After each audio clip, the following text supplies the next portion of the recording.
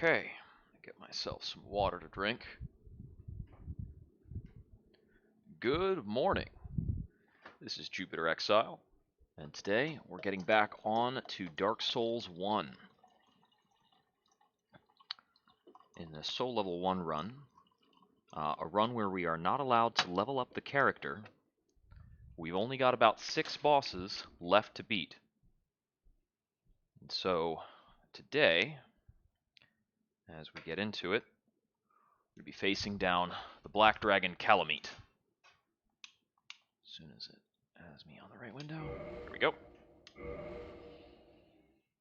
I have been away from home for about 2 weeks, so I'm very eager to be back here, getting back up to this with our nice functional internet connection.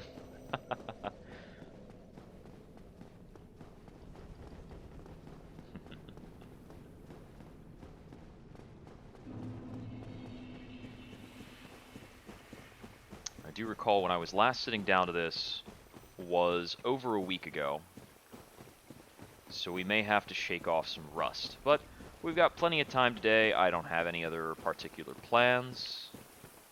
At some point, I'll take a lunch break, and I'm thinking in the evening we might switch over to Dead by Daylight. But as far as these attempts on Calamite are going to go, we could be dedicating about 4 hours to this, depending on my level of fatigue. Sometimes just going hard at these runs just wears on my nerves, and I have to slow it down.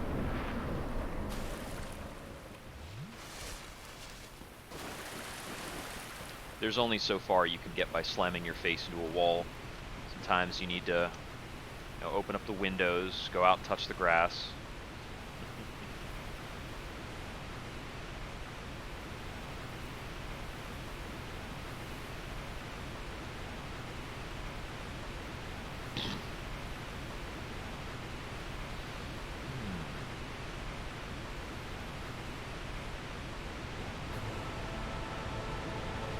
Okay, so as I recall from what I was doing in this fight previously, I do best when I'm calling out a lot of his attack patterns. Get this off the floor so I don't have to look at it. Dive.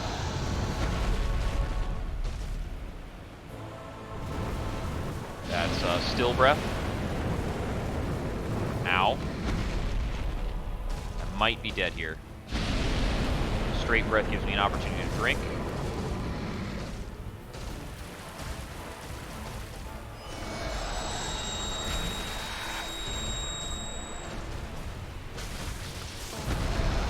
Stomps.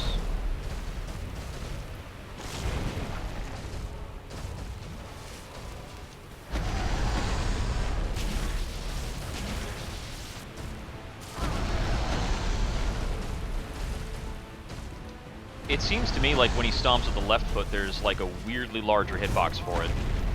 Okay, the tail sweep I'm super not accustomed to. Straight breath. Good drinking opportunity. Right, not accustomed to that again. Sweeping breath, lets us drink. Get in a quick shot, dodge that correctly, good for me. Sweeping breath.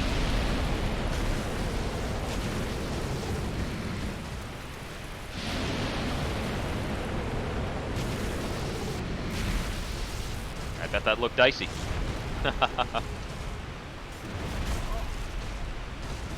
I was experimenting there. That's still breath. I'm taking damage here, yeah, dead. I did not read that fast enough. I thought he was going for a dive. But the dive is a lot faster to start up. I need to run away from that immediately. Battlefield positioning on that might have been a little bit weird. I think one of the big things I'm trying to figure out in terms of this fight is how I can get back to the manipulation I had done way back in the day to get the tail cut. Because I think I used to get the tail cut on about 2/3 of attempts. But that's based on, that was like a kind of a dodgy manipulation where I had to roll through his legs, or run through his legs, in order to start prompting to use the tail slam. And then I'd have to dodge the tail slam and retaliate on that. And that's the best way to get the tail cut. Now, you get a lot of free staggers out of that, but more importantly, getting the tail cut makes the tail sweep attack less dangerous. And then there's, you know, one fewer thing that you have to worry, since the tail sweep is basically his best get-off-me option. For his get-off-me's, he's got the dive to sweep breath, and then he's got the tail sweep. And dive to sweep breath, if you dodge correctly, you can just be right back on top of it. Almost no time flat.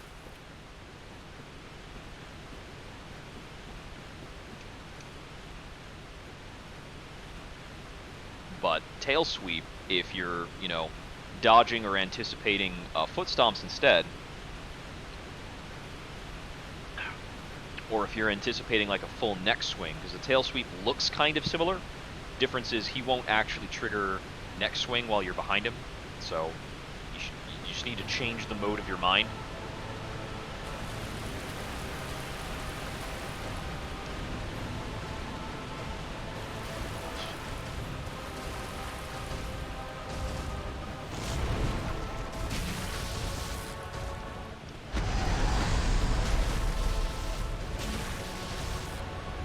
Tail sweep, but I was in close enough. That's a straight down breath. Just barely enough space.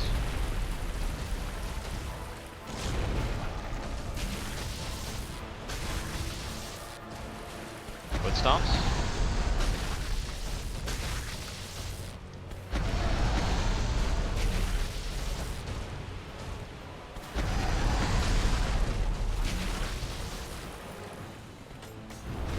Dash to breath sweep. That's just a dash.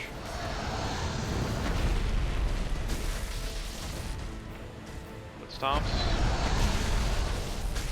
I had a slight correction to move towards the front because I knew I was in danger for a bit there. I figured I would prompt that, and I had my finger on the button. I just didn't press it in time.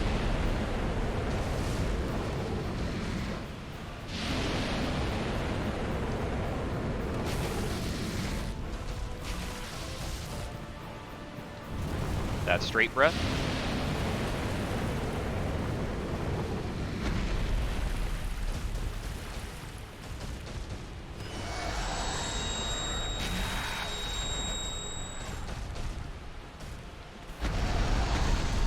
I barely avoided that foot stomp. That was more on luck.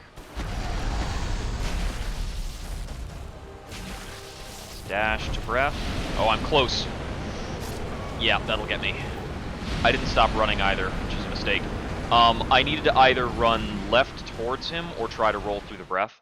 Rolling through the breath is really spotty. You have to be very close to his head to get the roll successfully. When you're on the broad end of the sweep, it's extra persistent. It's just one of those things that happens when he's close to the edge of the battlefield. The dash turns out really short, and then all of a sudden he's spun around, he's attacking you.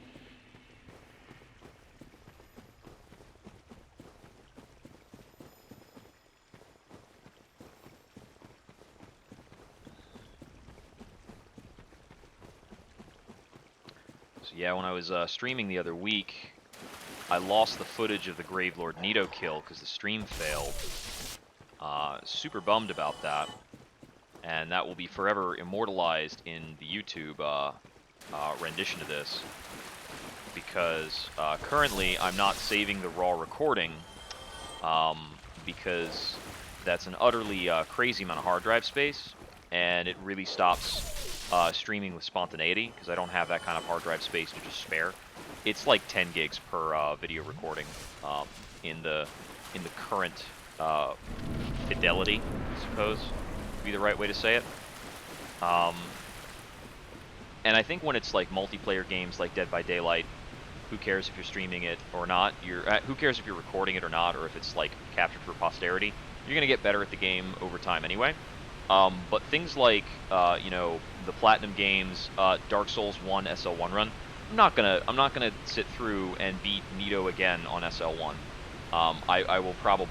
I might never come back to this game and do that thing again. So that's a huge bummer. But it's got me thinking I'm probably going to invest in another hard drive where I can just store the archived video. Straight breath. Oh, you were in a mood.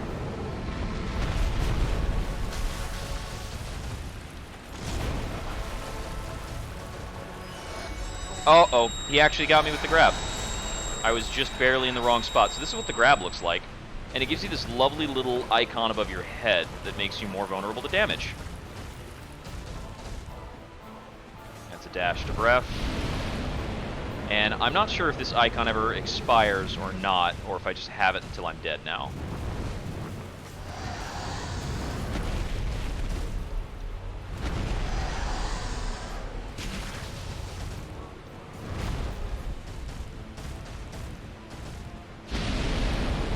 Whoa. That put me in a precarious spot. Oh, it looks like it's actually gone, so that's not as nasty as I remembered.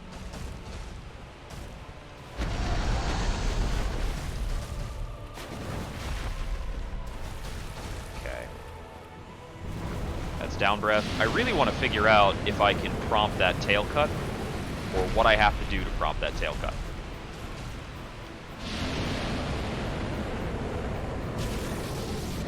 I can't get 2 hits on the tail if I spend all that time running after it. Ow. Just barely got stomped there. Yeah, his forward feet are weird. Okay, yeah. I didn't commit to that dodge correctly.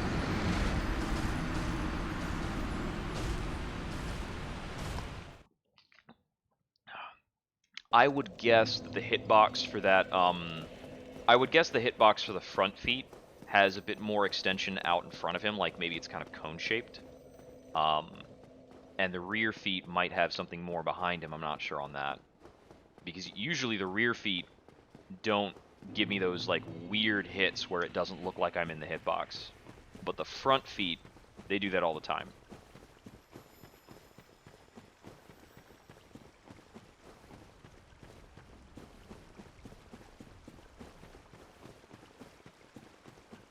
Yeah, the front foot stomp is just fast enough that it's pretty difficult to react to. Plus, it's got like 2 patterns, because you could be going like right foot or left foot to start. And there's a lot of these where I think he's going to whiff, so I don't necessarily dodge, and then that screws me over.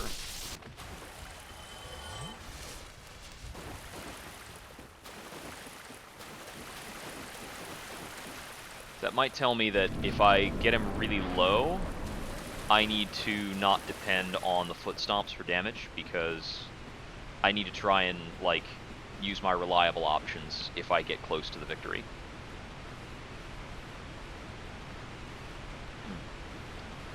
It's all well and good to take chances early, but if trying to exploit foot stomps is going to wind up throwing an attempt, I should probably make sure I'm not doing that when an attempt is going well.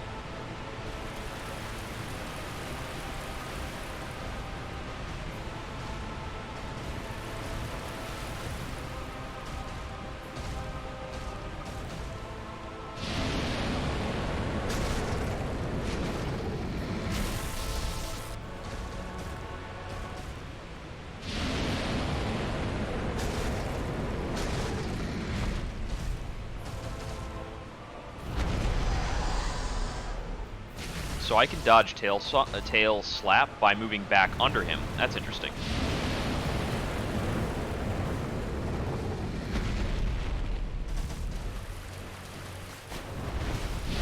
Oh. My movement was a little wonky there.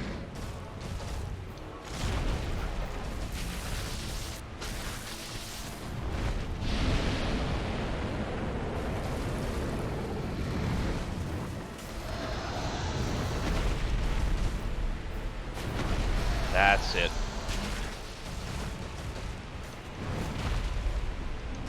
Get that out of the way. That's a sweeping breath.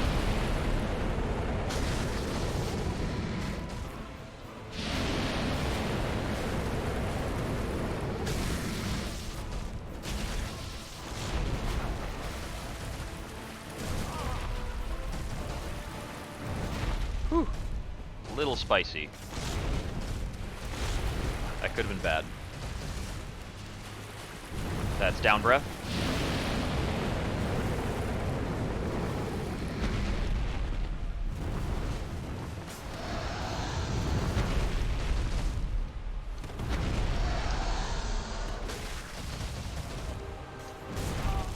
Okay, that's the manipulation. That's one of the manipulations for it. It's if you are standing right behind him after the dash, he will sometimes not do the breath. I got snagged. So if you're standing right behind him after he does the breath attack, after he does the dash, he may not do the sweep breath. Sometimes he stops in place and does a tail slam. And the tail slam has enough range that you can be there for that manipulation and probably get out if he does the sweep breath instead. I think he actually has two kinds of the dash through. One that is dash through committed to sweep breath, and the other that is just the dash through. And it's based on how quick the startup is for the dash. I think a quick startup dash will always go into breath. That one there was a slow startup dash. And the slow startup dash is ambiguous a little bit between whether it's dash or down breath, which is part of what gets me sometimes on down breaths. I think he's going for the dash. There we go. Sometimes these dogs do not want to cooperate. But it's all good. So long as I only use one Estus taking these guys down, it's fine.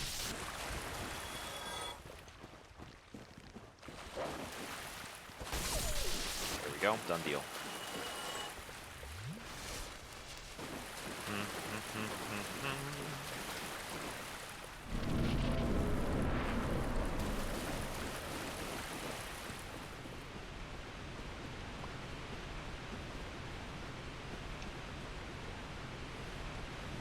You know, I would guess that Kalameet's probably just a play on Calamity in terms of the dragon naming.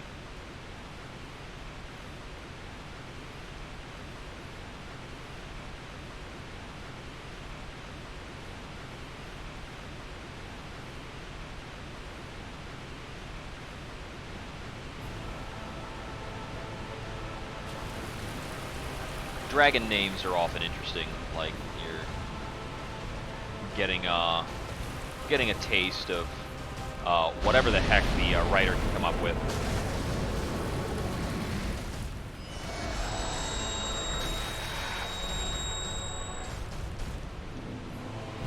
It's down breath.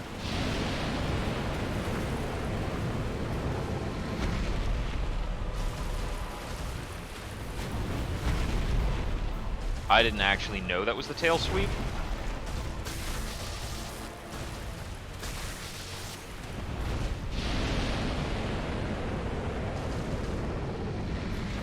Woo!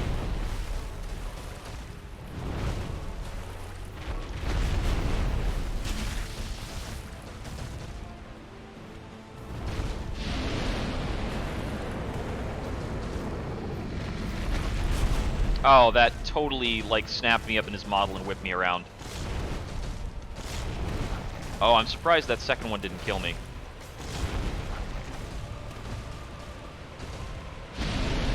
That is exactly the attack I wanted. Thank you very much.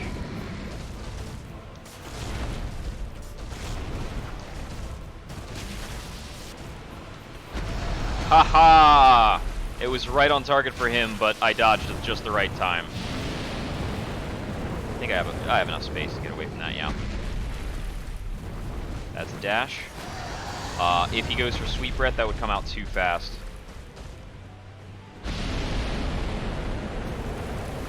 He didn't do an immediate sweep breath, so we're alright.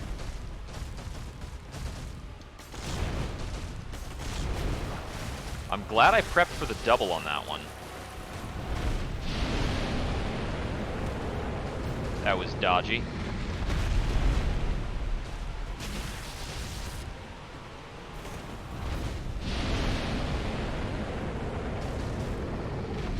If he's going for the long neck lunge, he never does the follow-up. Ah, there's the combo. Dead.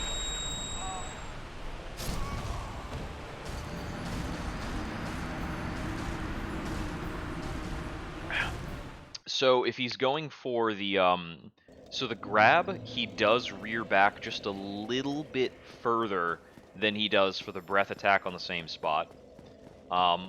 You want to do kind of a similar thing to dodge them, but the grab attack hits closer into him.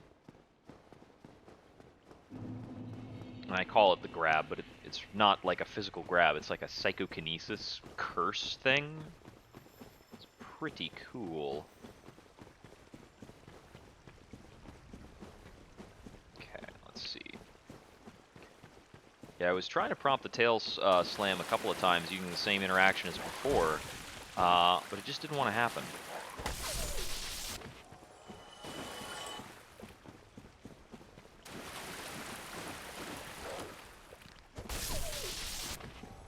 There are so many people who are doing like the no running, blocking, dodging, whatever runs. I mean, I say there's so many people. I don't know how many people are actually working on doing these absolutely ridiculous things. They've got to be making so many attempts to make those things happen.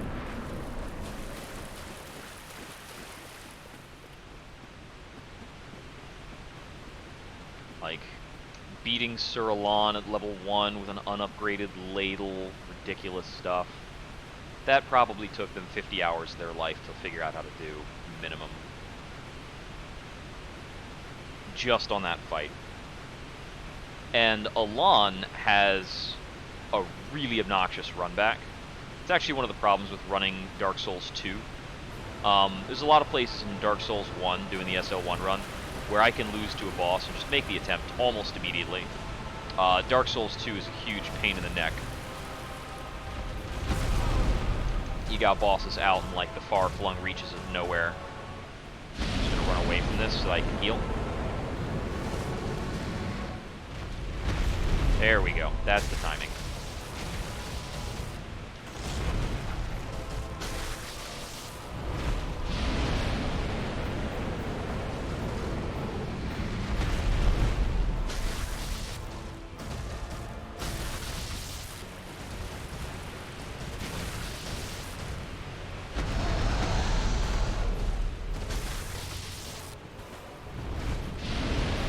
Dash and sweep.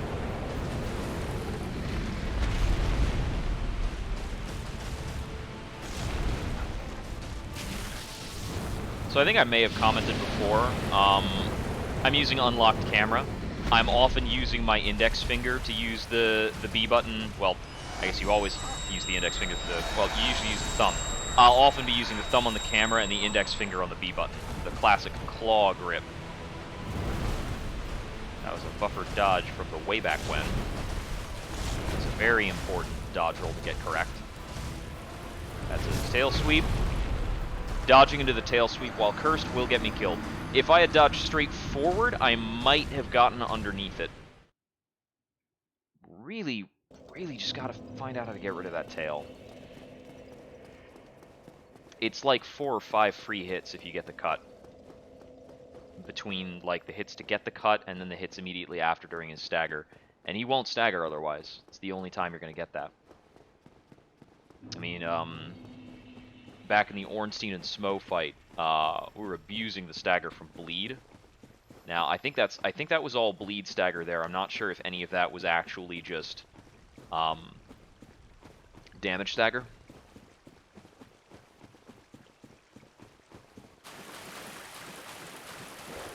Now, if I retry a Dark Souls 3 playthrough on SL1, the Dancer is apparently quite vulnerable to bleed, but the last time I was playing that game, I was not using Carthus Rouge to fight her, which is theoretically the way to do it.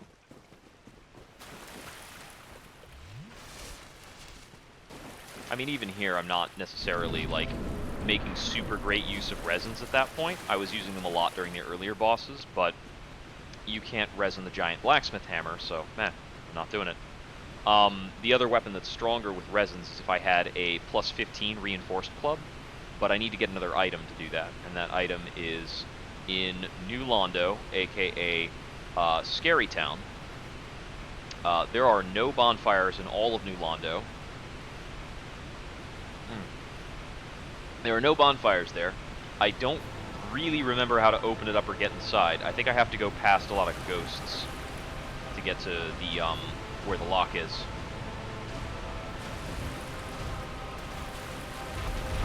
This is part of why those ghosts are so strong. They're a really late game enemy.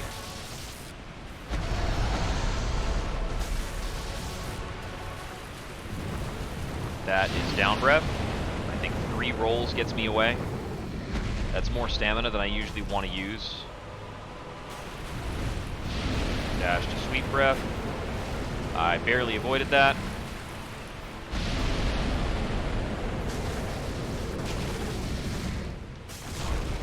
Oh, I got hit by that. Okay.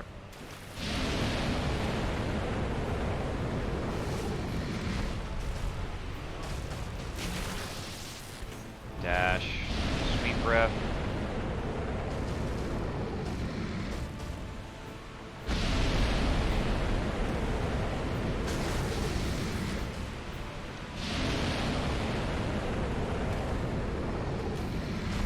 All that work to whiff.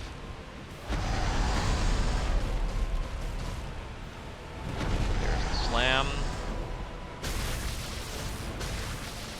I couldn't really get back around to where I wanted to be for that little trap under his hitbox. Sweet breath.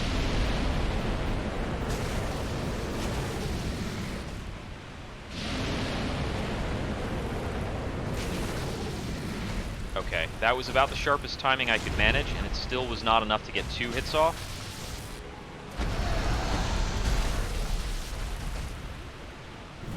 That's down breath.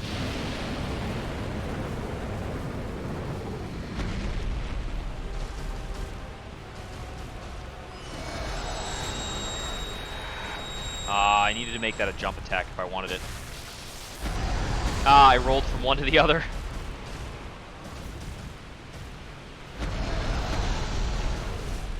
Drink. Got tagged.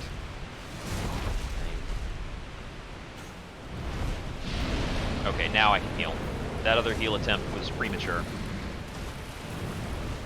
That's a slow dash. I think that's my opportunity to get a tail slam to happen.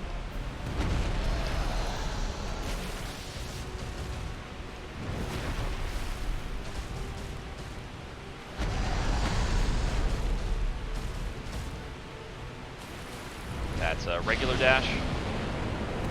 Yeah, that's how it works. After the slow dash, he's not committed to a particular action. Interesting. Oh, I was actually just a little too close.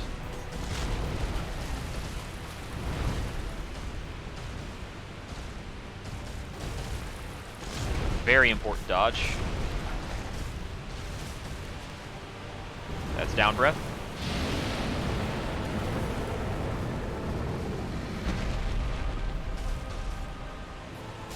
Oh, that was dash. I thought he was doing something else. There's a slow dash. Did tail sweep instead of tail slam. It's a regular dash. So that's right, he does sometimes do slow dash at the medium range. That's one of the ways I can prompt that attack.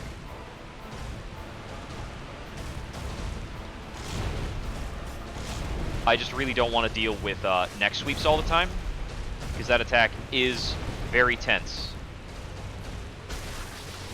Let's dash, sweep, and heal. It's regular dash. Slam me!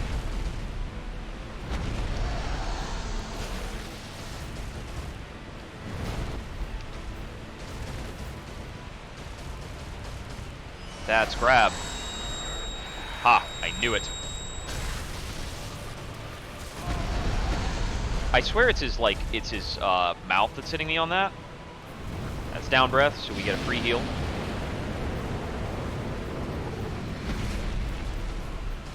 Hit the mid range. You want to neck slap me?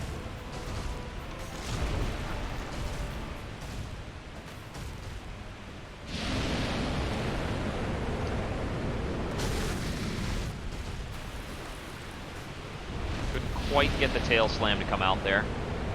Got him at about half right now. It's pretty good. You want to fight in the light, bro? That sounds more fun to me. Straight breath. Straight breath is actually really short. Yeah, I got tagged by that a little bit. That's on me being cheeky.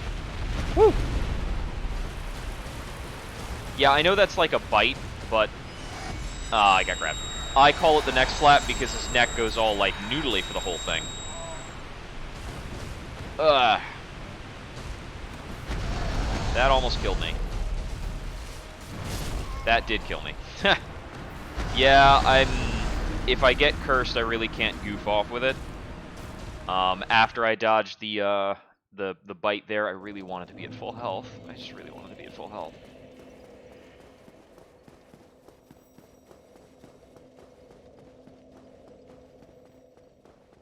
This is one of those few SL1 fights that you can really play around having full access to healing. There's quite a lot of pauses and opportunities that are good for healing, but not necessarily good for damaging the boss. Like, every time he does down breath and every time he does dash out to sweet breath, it's a drink opportunity, but as far as your openings are concerned, it's basically a reset. Reset to neutral. What's the advantage state against Kalameet? I guess it's behind him. Yeah, more or less. It's up in his face, really. He has less to do.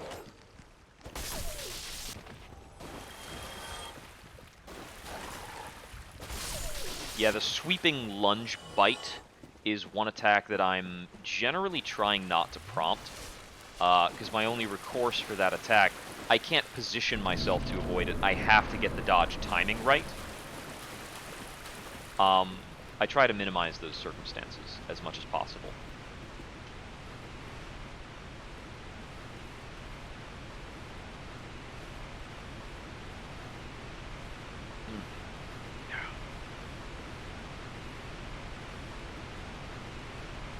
Reduce the chances that you can get it wrong.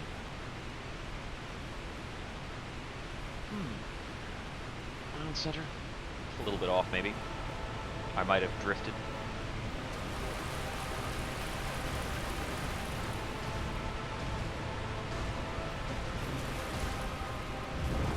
That's a regular dash.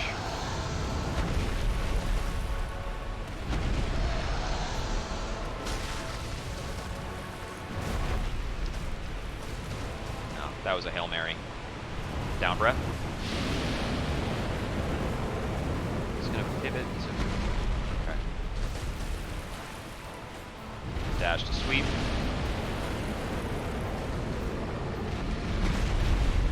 And this is why my last attempt on him featured a crossbow, is because you get all these like reset sweep dashes. That didn't hit? Oh, I'm surprised. Just gonna take a moment to get my stamina back. Ow.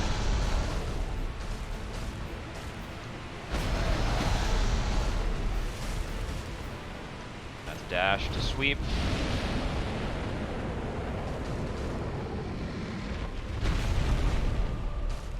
Roll out is safer on that move. It just doesn't give me anything.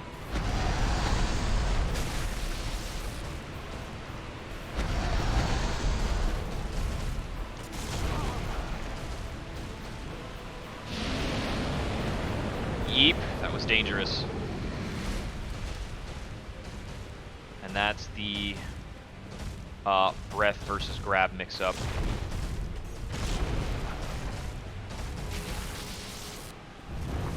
I rolled away thinking it was grab, but it was breath, and that was really close.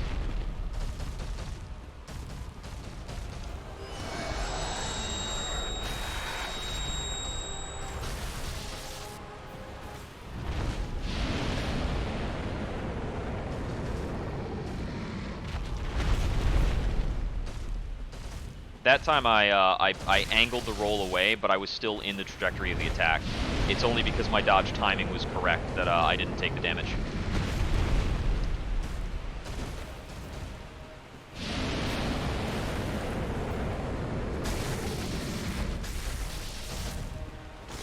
Take your kneecaps. Oh, whiffed. dash sweep.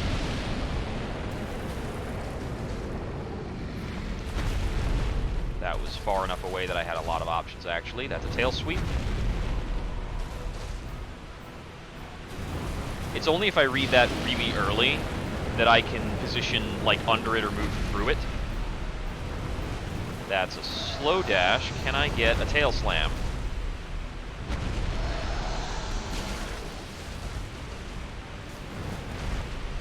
Low stamina.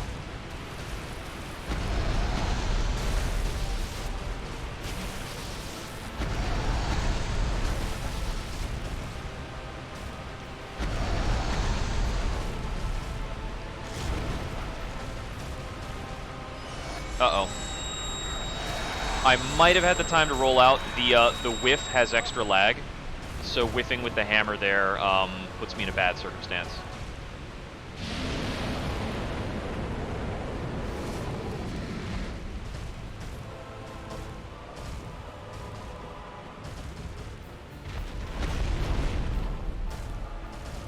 That was a weird one, where I didn't take damage, but it did move me. It's pretty unusual. I might want to wait out this curse. Mostly, I just want to fight in a bright spot for a little bit. I'm so tired of fighting in the shadow.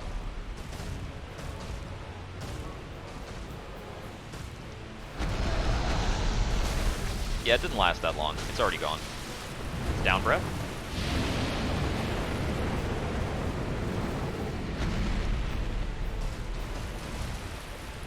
That's the tail sweep. I read that late. I only realized after I had made the mistake.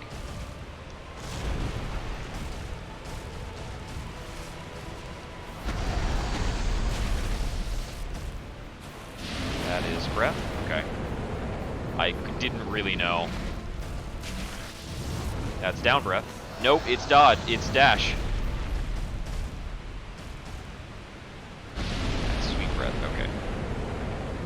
I'm like barely gonna get out of that. That's the grab. Oh, that was like on the very outer edge. I'm getting played.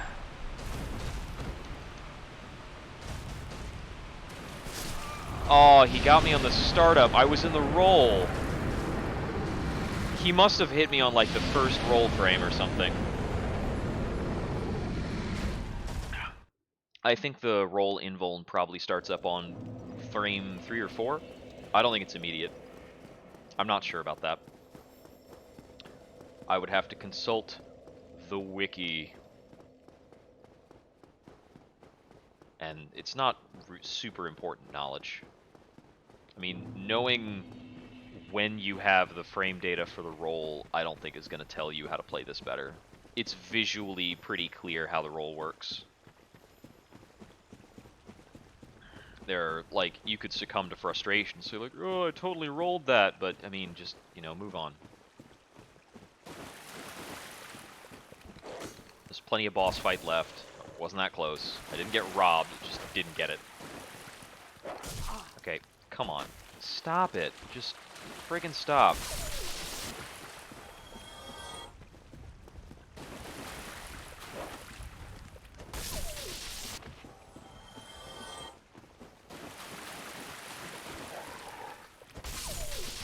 There we go. Okay. So I'm having a better time with tail stomps in some of these more recent fights. As I'm kind of, what's it called? I'm waiting on it a little more, and I'm responding to it instead of just trying to foreplan around it. There's always a mix of, like, setting yourself up to be in the right position before the attack happens, and responding to the attack when it actually happens. And I'm responding better. Because I've been kind of clobbered by that attack so many times. I've been clobbered by it while I'm trying to position around it, so I've just kind of accepted that it's something I have to deal with reflexively. I think some of the hits I've been taking is maybe lazy camera work, because I'm not seeing enough of his body to know which attack he's doing. Alright, that's a raw slow dash, so we can get a tail stomp out of it. Oh, I was still in it.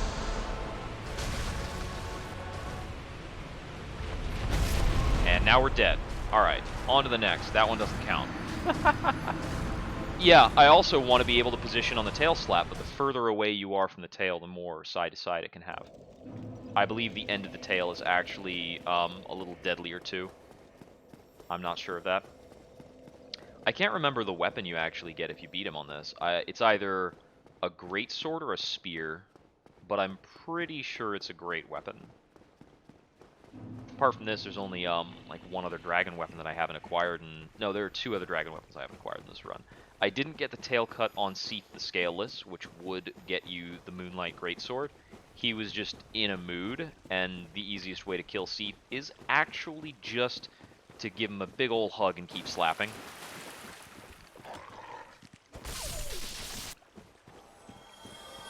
I kind of don't believe that on the Seath run, he just never used the get off me move. He just kept spamming the breath weapon that doesn't hit in front of him the entire time. I'm like, oh, okay, bro, I thought I'd like to, you know, I thought this would be challenging. I guess not.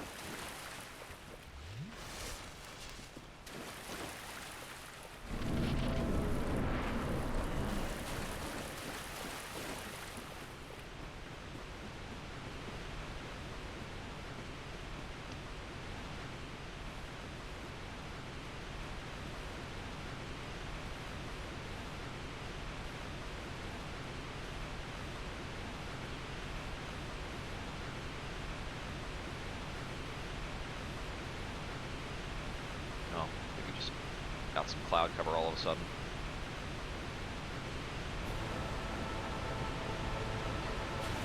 Alright, let's go.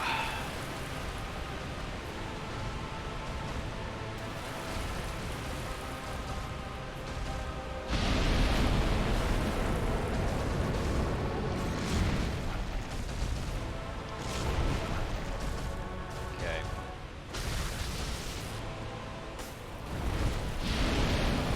That one he actually had a wall right there, so even though he dashed, he just didn't go anywhere. You don't see that happen very often.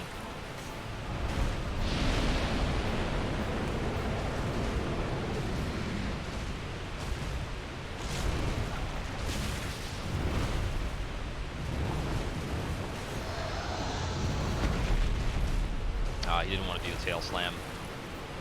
That's down breath.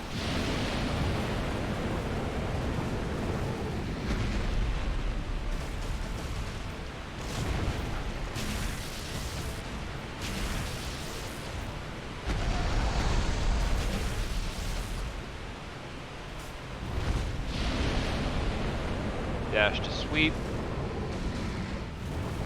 Slow dash. Tail slash.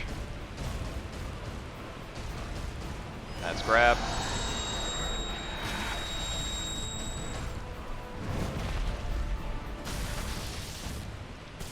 No, that was poorly dodged.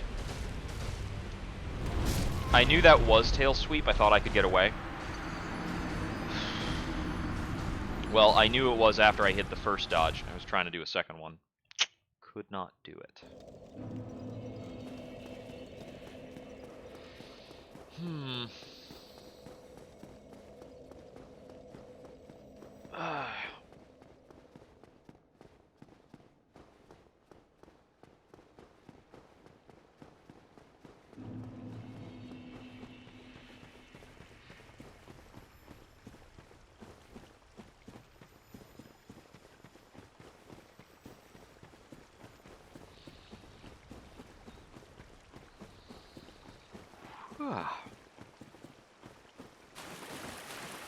I was settling down to play some Dead by Daylight last night, knock the rust off my Huntress game.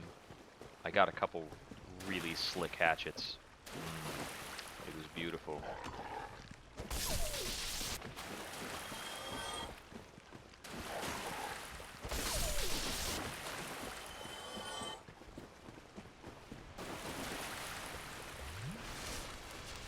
There is an incredible satisfaction on the Huntress when you learn to actually lob hatchets like over obstacles into people on the other side. You kind of get that parabolic trajectory. Because you have to, the longer you charge the throw, the longer you take to line it up, the more straight your arc becomes, and you can't do a lob shot if you kind of wait or try to line it up. You have to have it lined up by the time you pulled out the axe. I think there's a lot more to say about feel when you're doing that, because you can't necessarily stop to do that. You have to keep moving at all times. But there are only kind of specific points where that kind of shot has any chance of working, because you need to kind of line up with a generator. Down breath.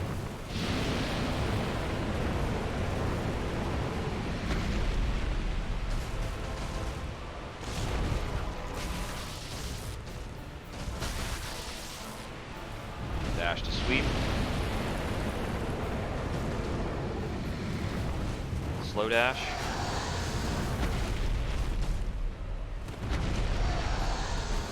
Oh wow, I played myself.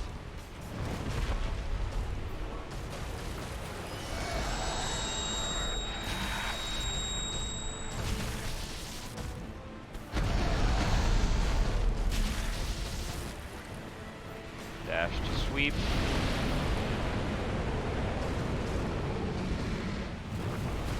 Slow dash. So the last slow dash to tail swipe, I actually, to tail slam, I actually dodged super early on the tail slam to see if it could put me in the right spot to, like, do something about it.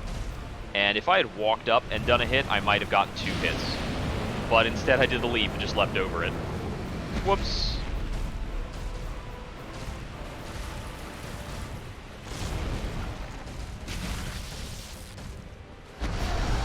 Yeah, I thought that might be dangerous after I had gotten out of the dodge. Like, oh, I did that wrong. This is sketch. Made it. There are also times where it's like you commit to how you're going to try to avoid the attack, and you can't really make another decision once you've done it. I thought I would go for the tail there, but I was not at the right spot for it. Oh man. I was holding to the left, but I couldn't get there fast enough. That's a slow dash. I'm not going to prompt the tail sweep here, but the tail slam. That's a grab. Ah, just too slow. That's a down breath.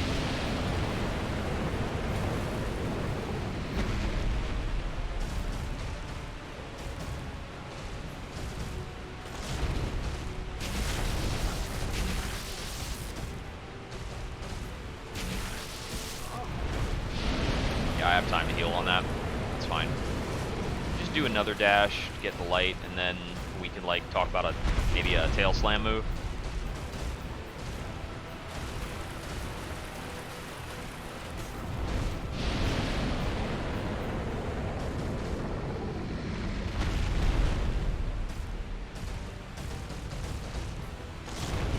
You know, I've been wondering, and I think it might be the case. I think he takes extra damage if you hit him on the head.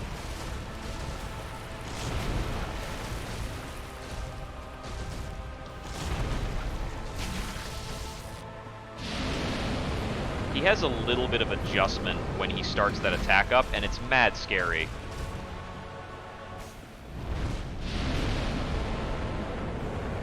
Like, I thought he was just going to left adjust me out of the game there.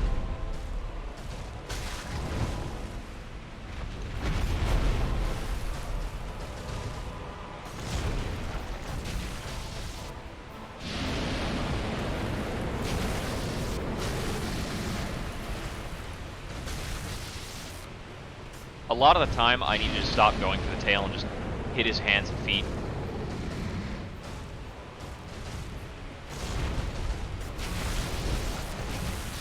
Because a lot of these opportunities, I'm going for a single tail hit and then sometimes whiffing instead of going for the 2 guaranteed hand hits like that.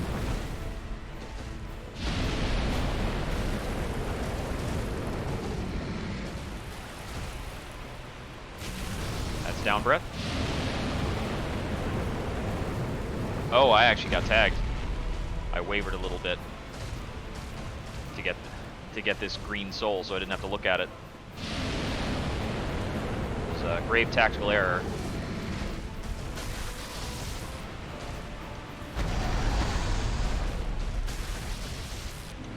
Got it.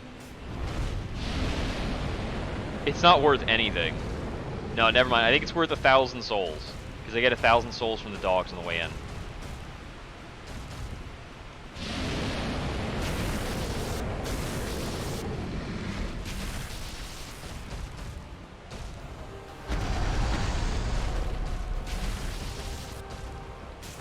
No, I didn't quite move correctly. And he's doing a slow dash. Yeah, I can use that to heal. Mostly.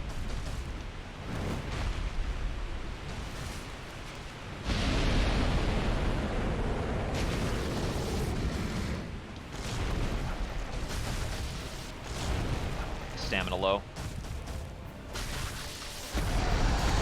Yeah.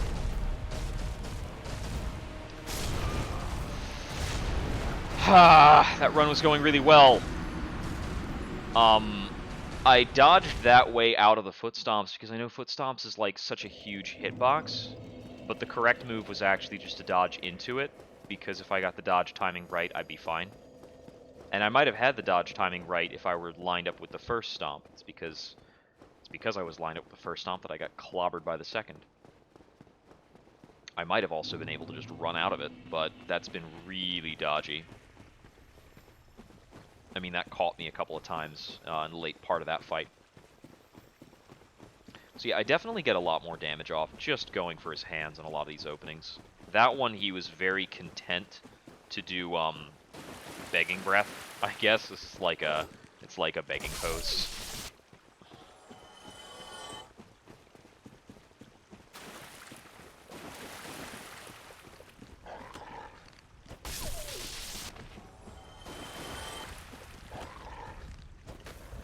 I wonder if the community has more specific names for any of these attack patterns. Ooh, I just barely clipped him.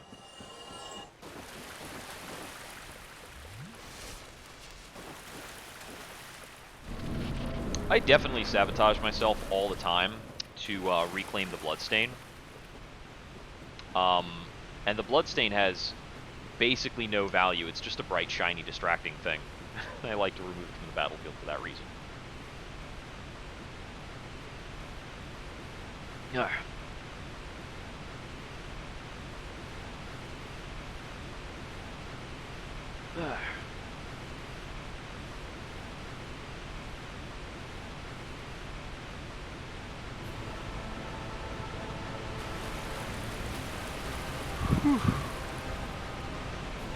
It's still kind of early today. I haven't had any coffee. Whoa, that's early, buddy. Ooh, I hit him on the snoot. Snoot damage is 115.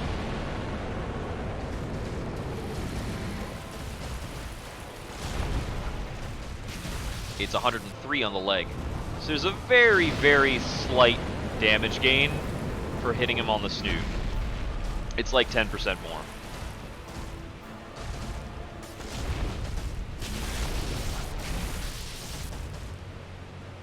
Hey, given that we have to hit him so many flippin' times, 10% might matter. Ow. Thank you for not killing me there. Could have easily happened.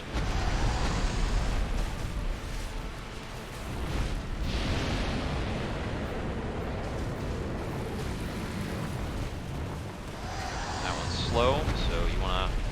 Yep. That time I started out from too far away. The other problem. Wow, that didn't hit me? Okay, that's just luck.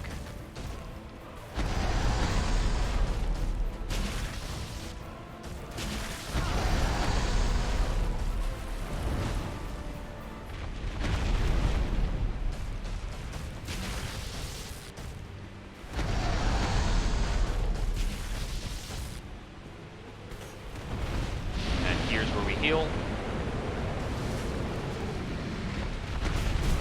Oh, that only got me because the hitbox moved me. That's the grab. It's tail swipe. Note to self, the tail swipe leaves his face really low to the ground. We might be able to do something with that.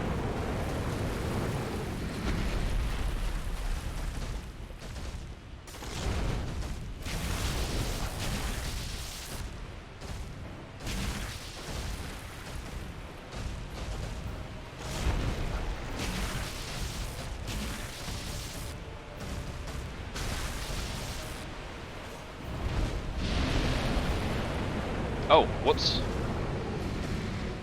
I was taking that for granted.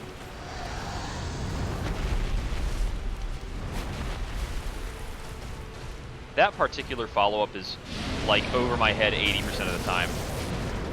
It's, like, hardly ever a worry.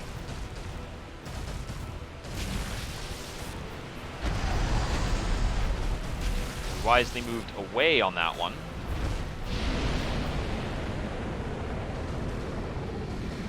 Man, am I glad this boss doesn't have an enrage phase like you know, DS3 bosses basically all do.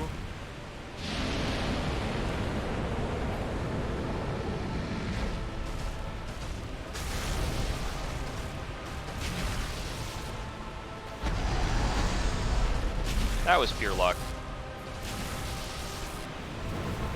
That's down breath.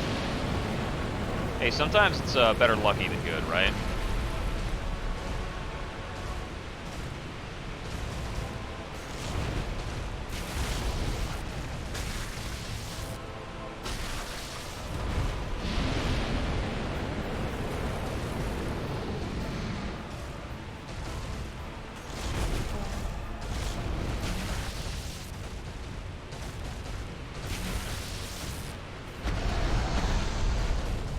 That to drink.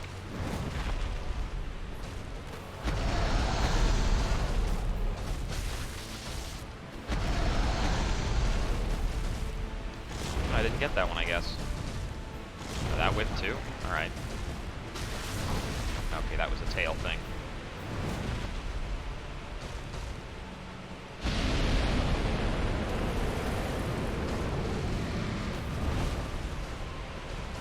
Sweet Breath doesn't really give you enough time to heal unless you're, like, out of it from the beginning. Yeah, I knew I was in the spot for that to hit.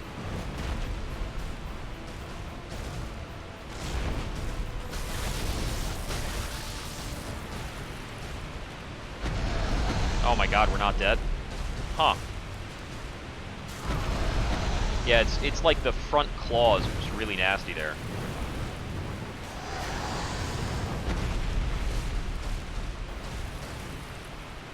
That's down breath.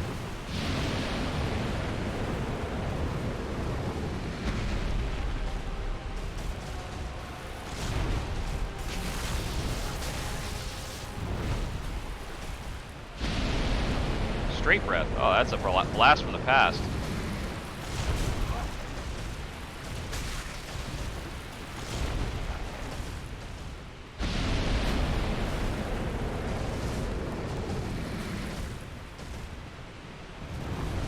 That's a slow... And a tail slam? No, he's not in the mood. Ah, dodged into grab. Okay.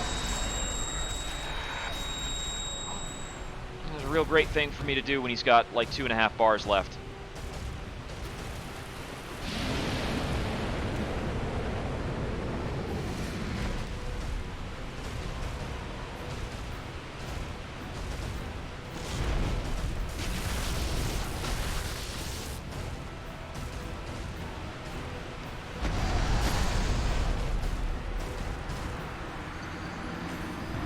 Yep. Alright. It's about time I screwed up on one of those and didn't get lucky. So I have found that a clean dodge through his bite, the follow-up bite will always miss because it carries him forward. So if I'm dodging into him on the first bite, I can always get 2 hits. Either 2 hits either because he'll do the second bite, or 2 hits because he won't recover in time. If he does the second bite, I may actually be able to get 3 hits, but it puts my stamina in a pretty precarious circumstance. I've got really fast stamina recovery, so I can still, like, run out of something if I need to. If he went directly into, like, down breath, the startup is long enough that I have enough time to recover stamina and leave. Unless I make a really bad mistake about it. But I mean, that's the case for everything.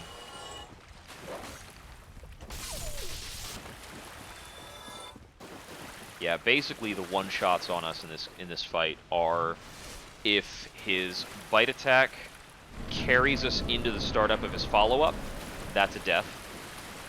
Down breath is a death. If we get hit by the sweeping breath or the straight breath, there's a crumple on that, and we are at his mercy. So it's possibly a death, but not necessarily, because the breath itself won't kill us with this armor set. I think the last time I was doing this, I was wearing a different armor set with maybe lower fire resist, and I think more of those attacks.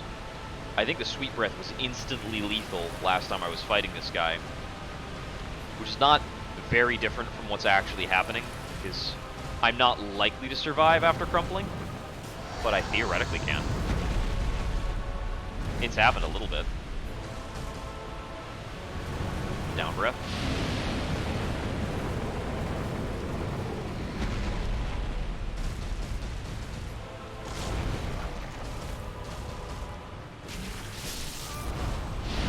Right. Startup of the dash through is also instant death. If I get hit by the startup, I get double hit.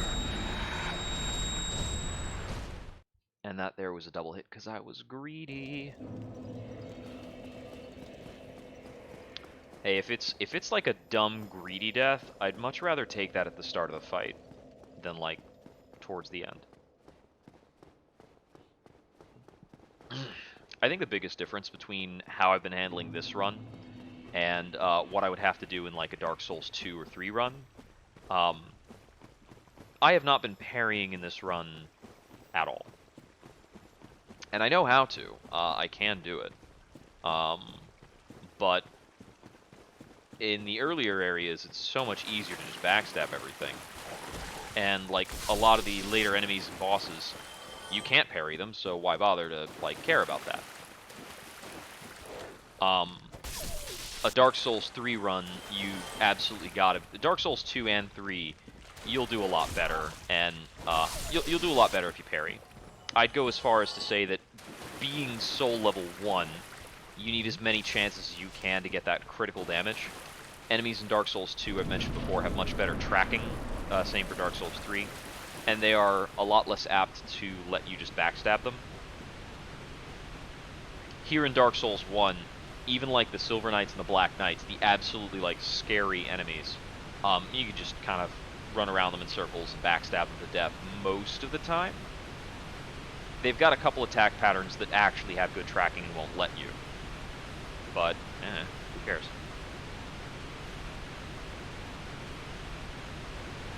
Yeah, casually also, the Black Knight weapons are absolutely broken. You get one of them, and you can just use that weapon straight all the way through the game. It'll absolutely carry you. They do so much damage.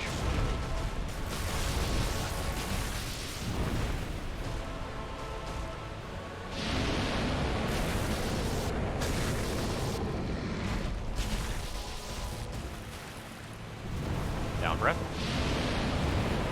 Good so far. At some point, I need to count the number of like bars and pips and things that these bosses actually have.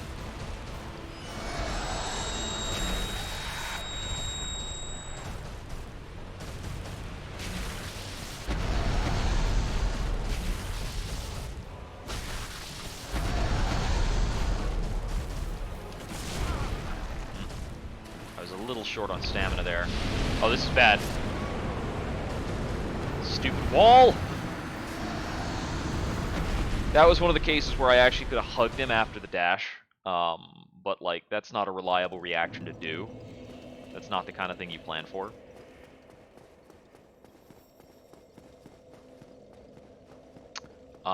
At the point when I said this is bad, I needed to take a roll at that time, and try to roll through his face. But that is real difficult to do when you are like it's just a lot. It's just processing. It's processing. And you know what? After this attempt, I am going to take a moment and put on a kettle so that I can get some coffee, and then maybe my reactions will be better. We shall see.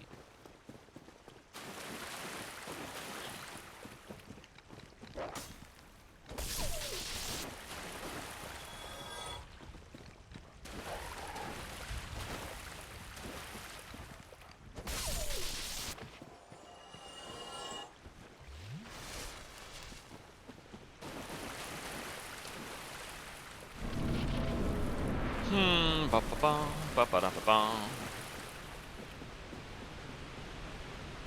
So yeah, let's see. Apart from this fight, or after this fight, I'll probably be going straight on to Manus. After that, I may need to look up the location of the large fire ember. I don't remember where it is. It might be in Izalith somewhere. I know where the Chaos Ember is, and it's also in Izalith, so I feel like they shouldn't both be in the same place, but maybe they are. Maybe you need the Chaos Ember to make big, crazy fire weapons, too. I don't remember how that works.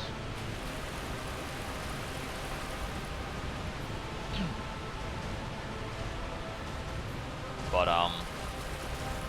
I'm gonna want one of those things for fighting Gwyn.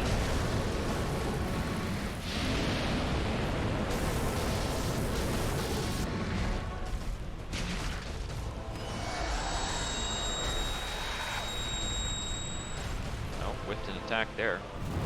Down breath.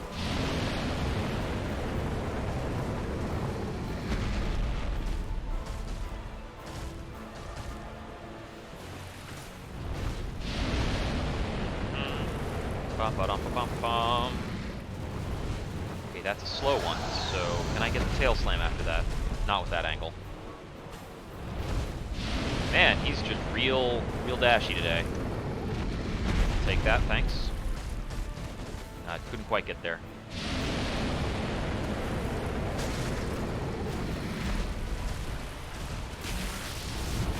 Ah, I knew that was tail sweep.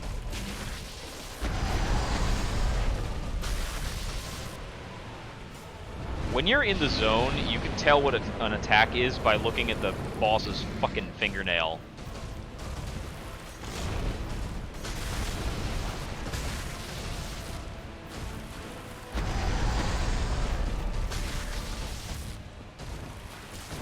I thought I could walk out of that, but it tracks pretty well. Just down breath, we can use that to heal.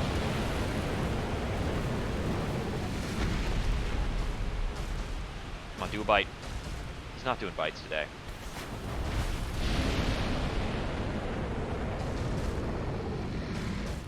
That's sweet breath.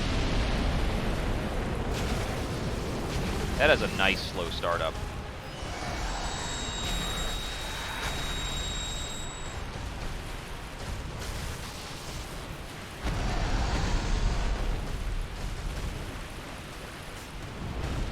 Okay, I thought he might donk into the wall there, but he, like, slid along the wall. You can't even predict when he's gonna do, like, the really broken stuff.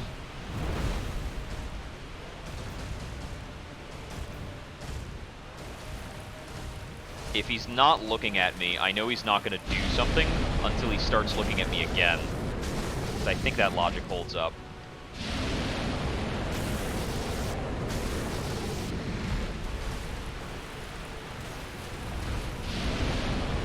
He doesn't, like, desynchronize like that very often.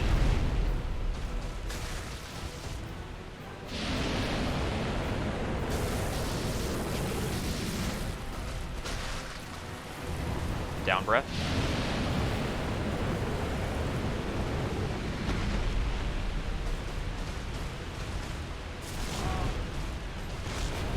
Brink there. He could have hit me with, like, a tail thingy. That would have been bad.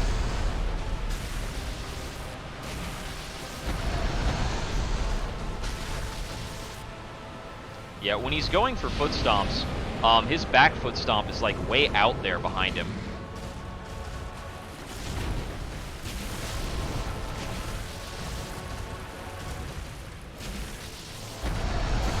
Oh. Okay, that hits? Sure. It's a little dicey. 15 Estus left.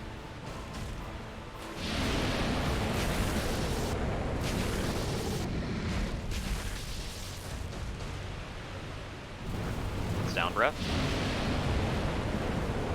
4 blocks of health left.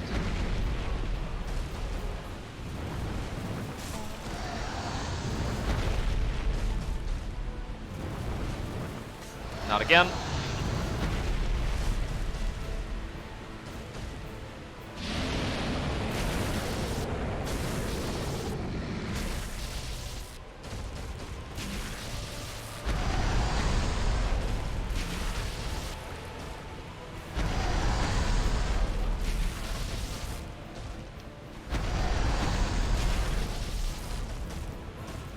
Go ahead, do it again. What could go wrong?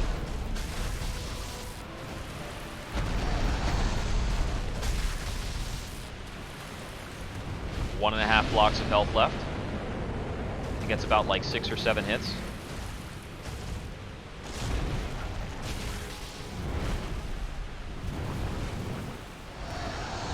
Come on, tail slam.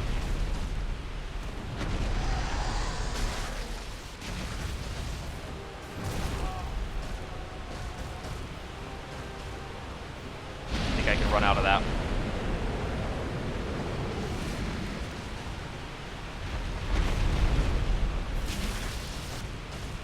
Come on, come on, come on.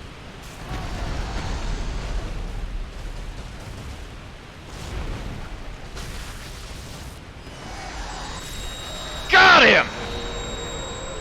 Sorry to yell. If it was not clear to you that I was going to yell, you have a poor understanding of human psychology.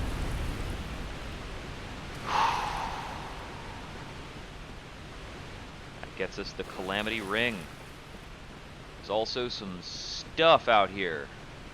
I'm gonna run around and grab. So there's like a treasure chest, like way back over here. And I don't remember if this one's... Yeah, this was a real one. With a Titanite slab. There's also an item way over here. Go run and grab. And we got 60,000 souls, which will be probably converting a good bit of that into humanity. I'm also going to go over to Hawkeye Go. I think he might have some new dialogue after Calamite is dead. Although I do not remember what that dialogue is. Or if he gives you anything or anything, whatever. So I didn't get the tail cut of the unique weapon. Oh, it's just some great arrows. But it's not like we can actually wield that weapon anyway. Okay, so it's just kind of noting more notes and hints about, like, hey, you can't fight this boss without talking to Hawkeye Go first. But now that is dead, so we have 5 bosses left in the Soul Level 1 run. Those bosses being Manus, Gwyndolin, Sif, 4 Kings, and Gwyn as the final boss.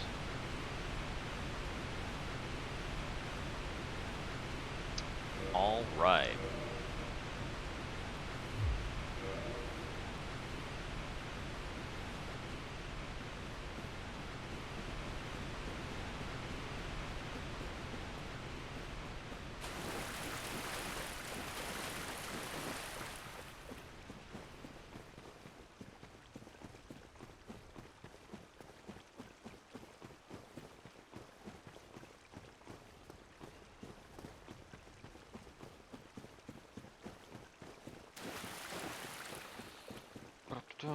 Alright, back up this way. We need to teleport on down to the dungeons.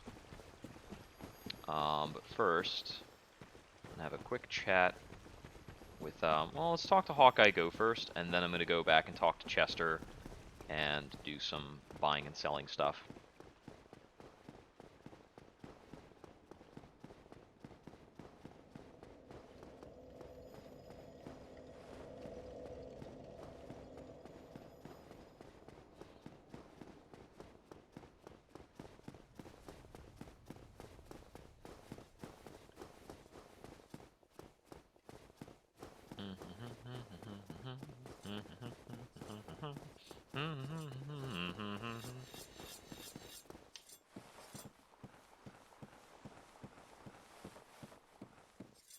Hey, buddy, how's it going?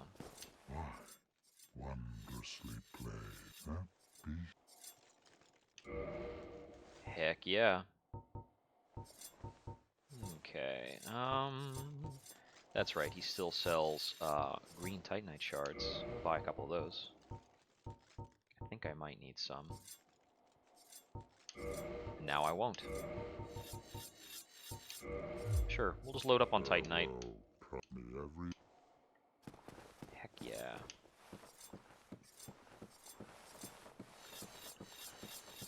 I know that I've already got the current fire weapon maxed out. I think the green shards I don't think there's anything it could really feasibly matter for. The large shards, I mean, if I decided to upgrade some kind of armor set, might help. But, like, why bother? This armor set works perfectly fine. It's very light. It doesn't upgrade at all, so we don't have to think about it. And that totally works out. Okay. So, we're going to warp on down to the Ulasil Township dungeon. And I want to also get this kindled a little bit. At least up to 10 Estus. This next boss fight also does give us a lot of opportunities to heal. Or at least somewhat.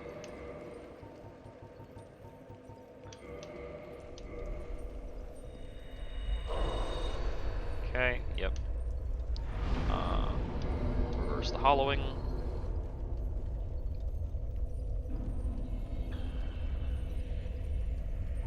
And then kindle. And you actually do get a larger flame on these segments that you've kindled more.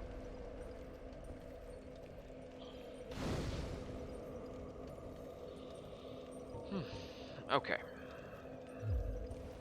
The other thing we have to do in order to fight Manas is we need to get the, what's it called? We need to get the silver pendant onto our hotbar. So the silver pendant, whoops. When used, it does this notion here. You can use it really any number of times. And it is necessary to use it when fighting Manas because it repels his magic. And his magic attacks are actually just completely stupid. Like, they're not remotely fair. Oh, we got the backstab. These guys are actually very, very tricky to backstab. They're squirmy. So, this is one of the better areas in the game, actually, to farm humanity as well. As all these goobers here have a pretty decent chance of dropping it. Seeing as they look like humanity themselves anyway. Oh man, they can go down this cliff. Help me, carving.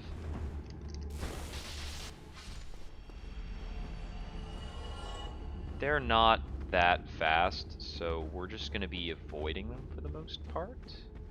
Until we can remember where to go. I really can't remember where to go. Okay,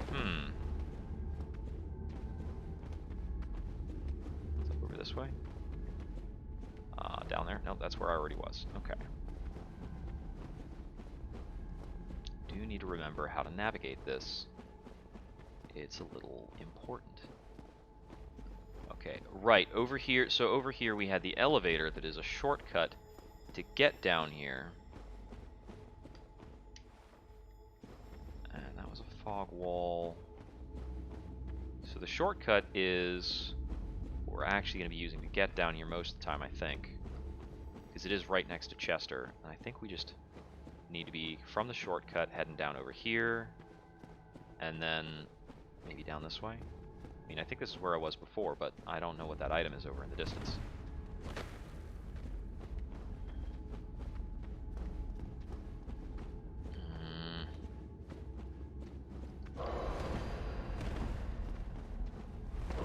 Knocking those guys a little bit.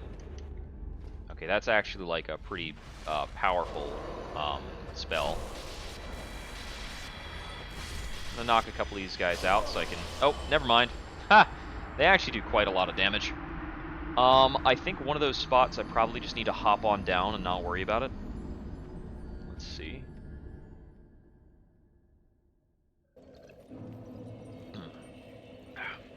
So it's not from here, it's actually from the other bonfire that I'll be taking that elevator, so I can continue to use the township bonfire that I've already kindled. That's handy.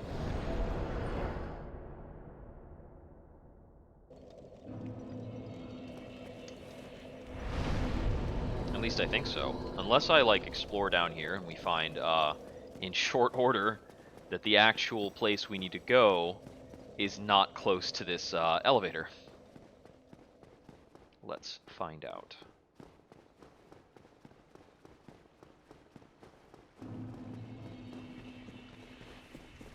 Yeah, I don't remember this part very well. Either the, what's it called? I don't remember the run back very well or the boss fight itself. A lot of these other things I remember. Oh, wait, is this the wrong elevator?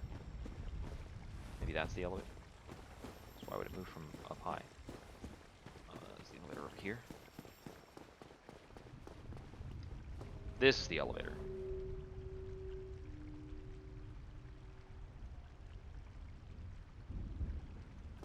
Like, it's so crazy to look at the way the levels are designed from, like, an external view.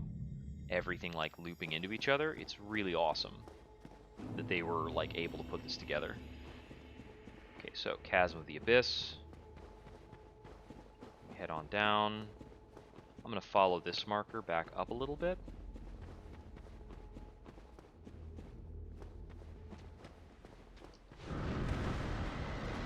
I'm going to just not deal with that guy.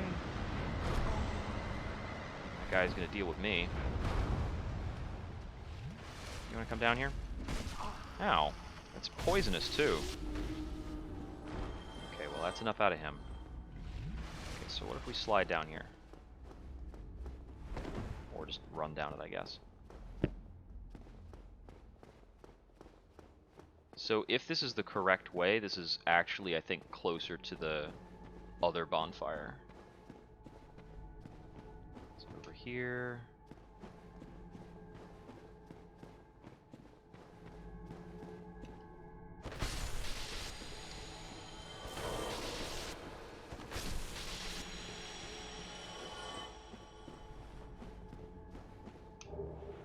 A white Titanite slab. I think those are mandatory in order to finish the upgrades on a divine weapon, which is quite something special.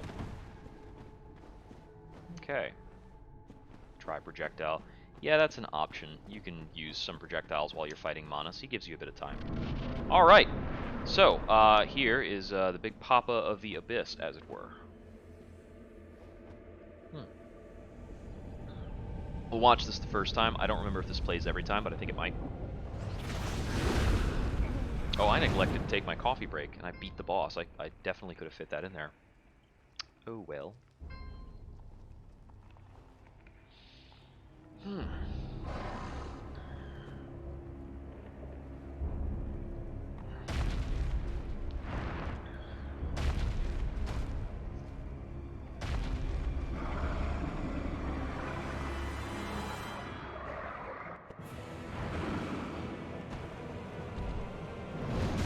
I need to remember how this boss fight goes.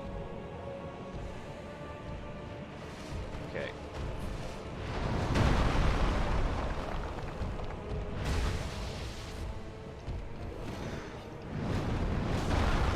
I remember he has this big combo thing. Okay, I'm taking a lot more damage than I remember from this fight, so I think we might actually, an armor change-up might actually be in order.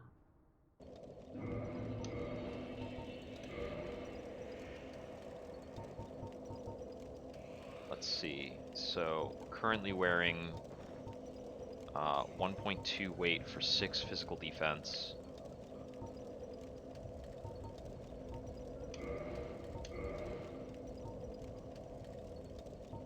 That's not much of a change.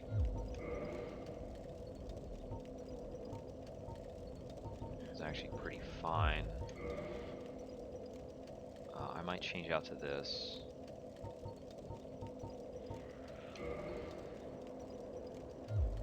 That's a very, very slight difference. That is actually slowing down our roll. My goodness.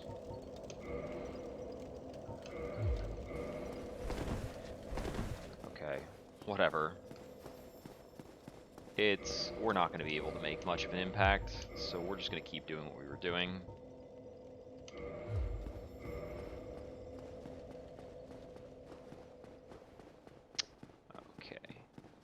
Now, I don't remember if the reasoning here for why, I mean, I didn't think that the combo was fully lethal on us, even at SL1, but I suppose I was wrong. The pickup on it is a bit on the smaller side, like I should usually just not get hit by it. I think that's an attack I want to roll backwards on.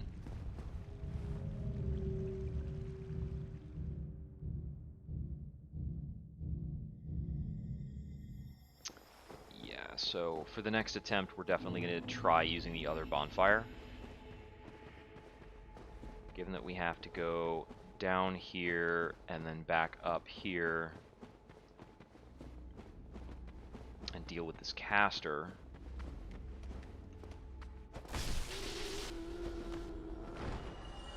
I think the other scenario has us just like kind of running straight over here. I think we deal with the caster either way, but well, this might actually be better since we're approaching the caster from behind. We didn't have to fight anything, it's just a little bit of a jog. So if we go down straight this way, I think we have to fight some of these humanities. Oh, not really. You can kind of see Monus's red eyes hanging out down there. Yes, it's going to cutscene it every time. Yeah, I got to remember a lot of this fight, because I really just don't. That's the one thing I remember, is that he has a hand slap, and you can turn around and hit the hand and get a lot of damage in that way. Okay, before I get too much further into this, I am going to take a bit of time and make myself some coffee. Stretch it out. Ooh, okay. Oh, yeah.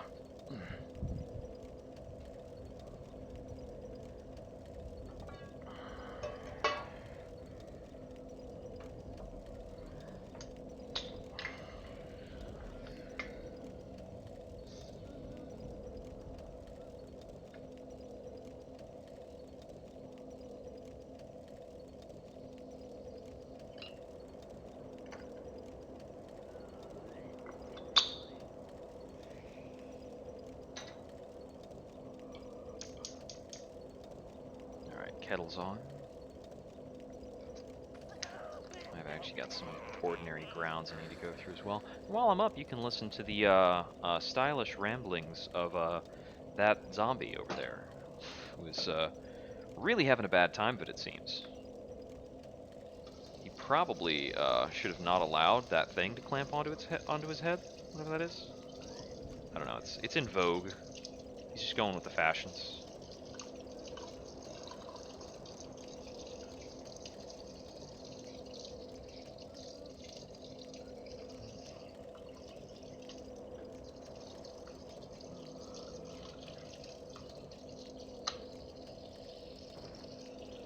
I hope you all have had a very nice week. I've been taking care of a pair of dogs. One of them is a Jack Russell Beagle mix, who does not bark as much as, or howl as much as you might think a beagle would. And the other is a Schnauzer. And they are cute, but man, they are conniving. They will give you the most pitiable faces ever. Anytime you sit down to eat anything, it's like a huge guilt trip. It's like, what? You aren't sharing that with me? Well, how could you? I am betrayed.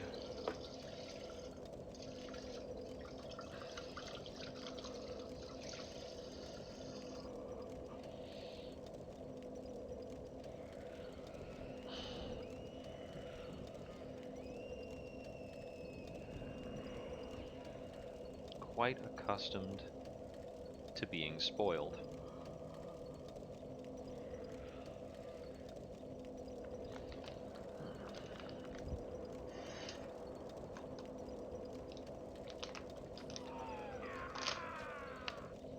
Oh, I should have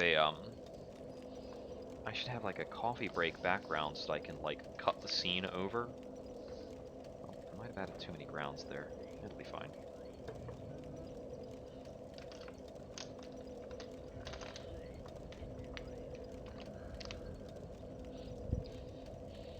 I fairly reliably take coffee breaks, so that work wouldn't go to waste. I'm gonna step away for a bit. Be right back.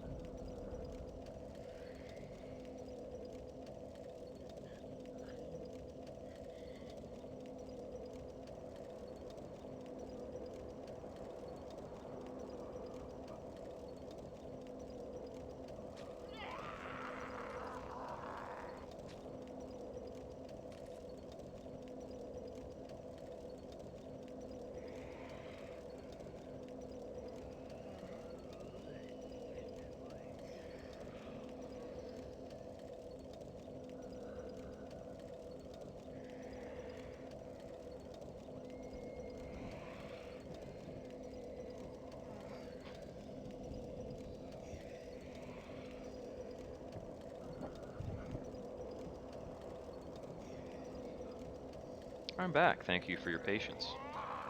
I see we've had somebody join us to listen to the soothing sounds of that zombie over there. Alright, we'll be back at it pretty soon. I'm just going to wait for this to finish boiling so I can get some caffeine started.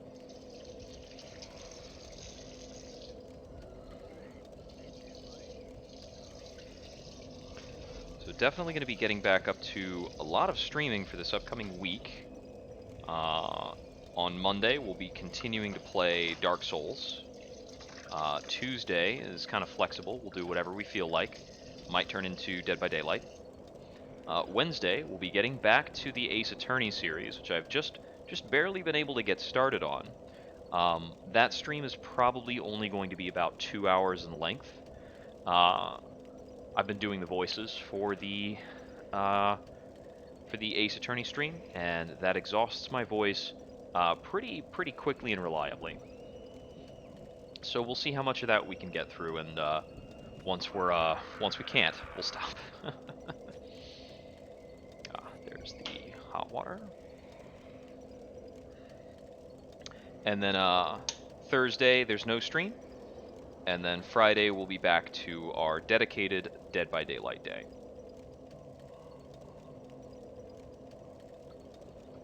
All right.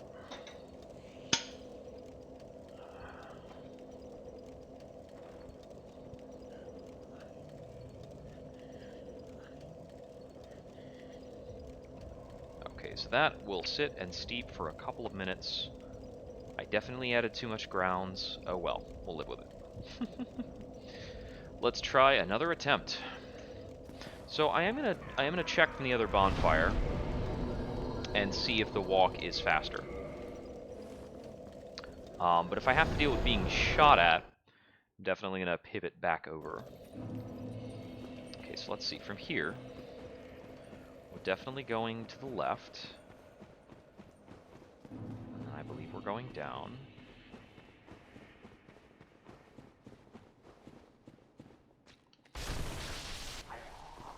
Right onto him.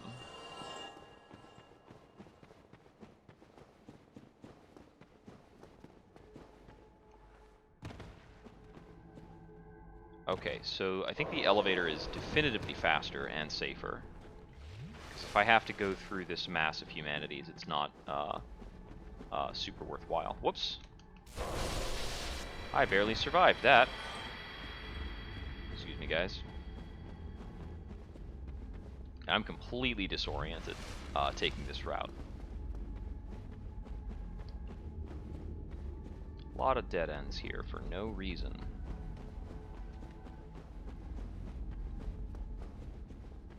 Yeah, this switches back over.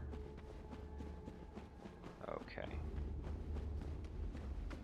Let me clock this guy. Okay, so the thing is, in terms of going down here, I feel like there's another way to get at this. Like, where does this come from? Try light. Okay, whatever. Where did this connect to? I didn't even... Okay, so I dropped down early, but if I kept running across, I would run across this, and then I would have to get shot at by that guy, which is why there's like a dozen bloodstains over here. So I'm going to continue to use the elevator path that puts me out behind him, because I think he will absolutely kill us on like half of our attempts to get through this otherwise.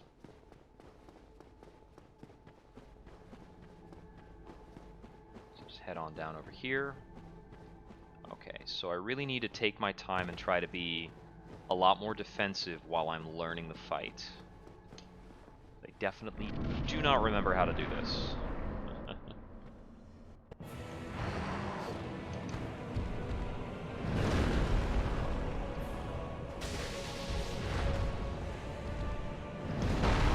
Dodge that one, that's important.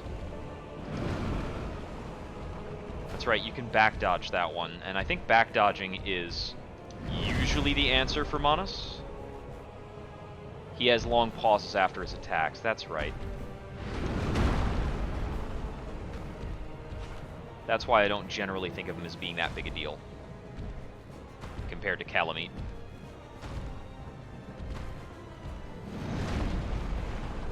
Just take a sip.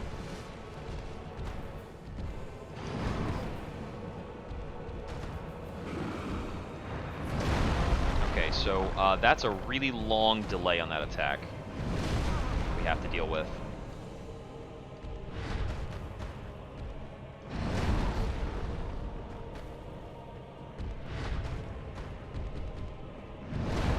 That's right, most of what he's going to do is just shuffle up and do this little hand slap.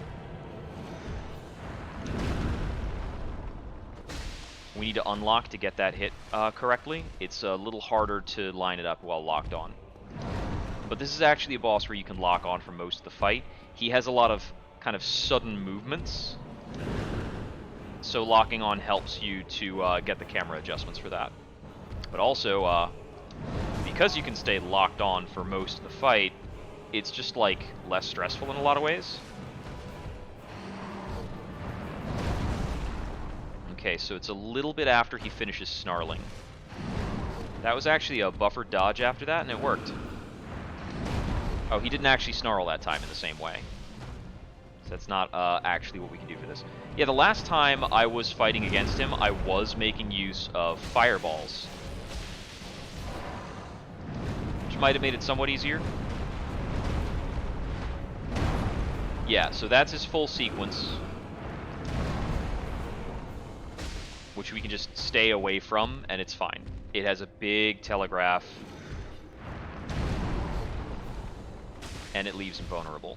And that's really the story of Manas, is like, he's got a lot of big swinging telegraphs, big vulnerabilities, several opportunities to heal. You can just walk away from him a lot. Even that, like, big attack that we let ourselves get hit by isn't that big a deal.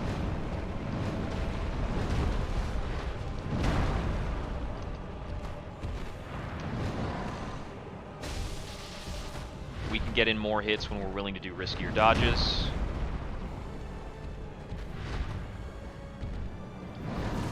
Oh, whoops, took a hit.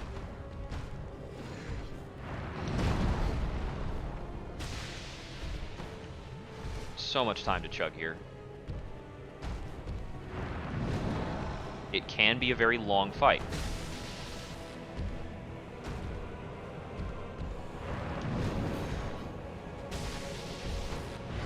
I'm going to try to spend a bit more time up in his face for the benefits of, you know, brevity.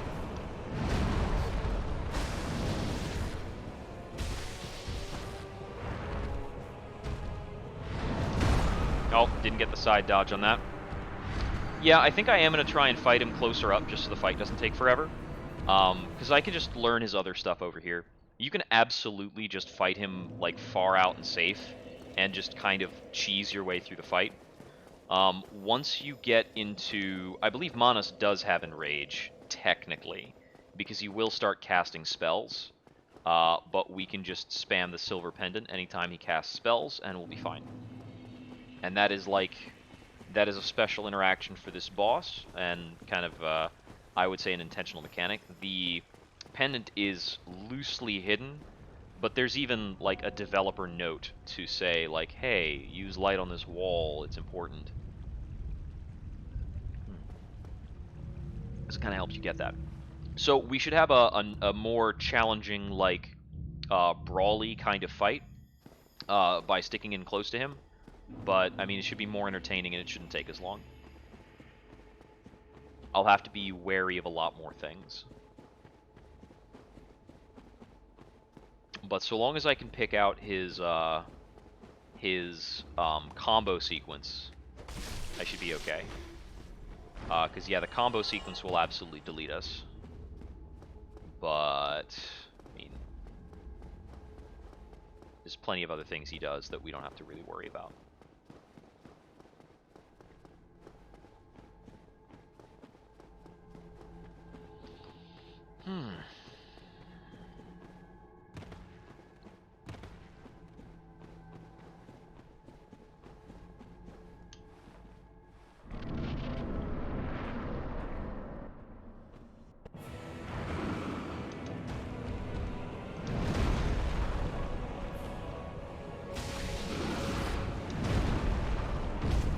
Oh, he like repositioned a little bit and did damage. Okay, I wasn't expecting that. I thought that was early on me, but I misread which attack it was. I do want to be at about the range where his body is visible, so I can see what he's doing and prompt attacks like that, which are vulnerable if I dodge them, you know, the way I'm supposed to. Oh, that didn't actually reach out to me. That's weird. I thought that attack could, like, stretch his arm.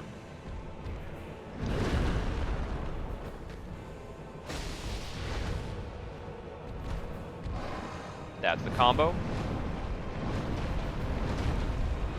And that's the end of the combo. Oh. Okay, I was greedy there.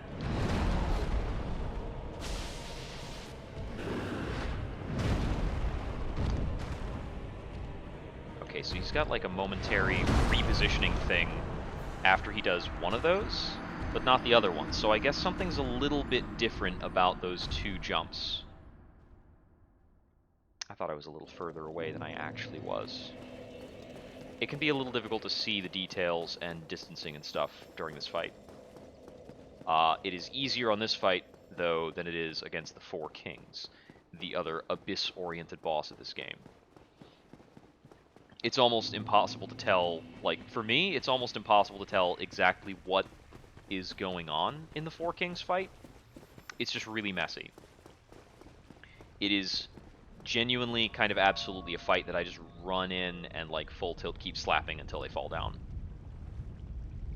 Now, before I do the Four Kings boss fight, I do need to switch up my weapons and get some other upgrading items. So there will be a bit of a stint between this and that. We also need to fight Sif, and I think Sif you can use bleed against. So we're going to be switching back over to. I mean, we might also go out and get those weapon upgrades for the Sif fight as well. I'm not sure how effective fire is against Sif, or if we'll be using the fire one or the regular one, or if we'll be using the regular one with a fire resin. But I want to expand my weapon repertoire after I've finished with the DLC. I came over here and did this because I knew I would be using the same weapon for Artorias, Calamite, and Manus. For Artorias, I use it for mostly the reach. For Calamite, it's the best weapon, literally. And Manus is, once again, about the reach.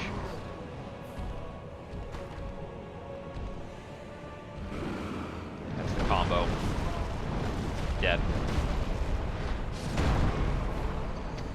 Alright, we're gonna go back to the lame interpretation of the fight, where I just stay away from him for a really long time.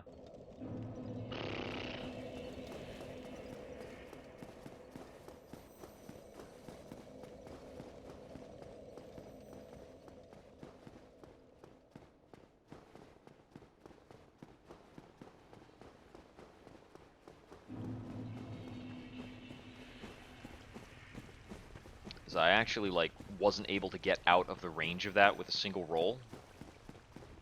And that's pretty unfortunate.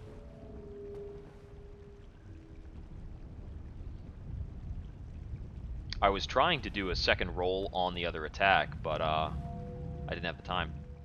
I couldn't quite manage it. And if him using that attack in my periphery is a death sentence, then we can't do that. That might be a thing that is like, if I'm too close to him during the startup, I won't have the time to get away. Or maybe I need to instantly react with, like, a fast roll.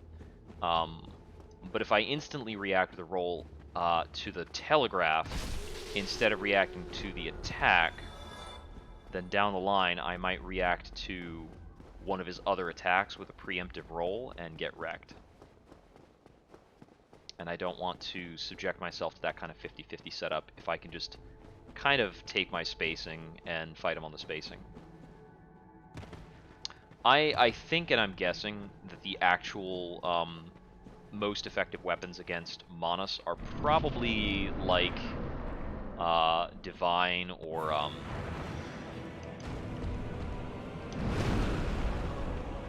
probably Divine or maybe Fire, as opposed to the lightning we're using. But the reach is super useful. Okay, so I couldn't quite take that opportunity. I just needed to dodge better. Ugh. Man, this is much more bothersome than I remember. I mean, it's much more bothersome than I remember because last time I was just hucking fireballs at him. I didn't exclusively beat him with fireballs, but I dealt quite a lot of damage with fireballs last time.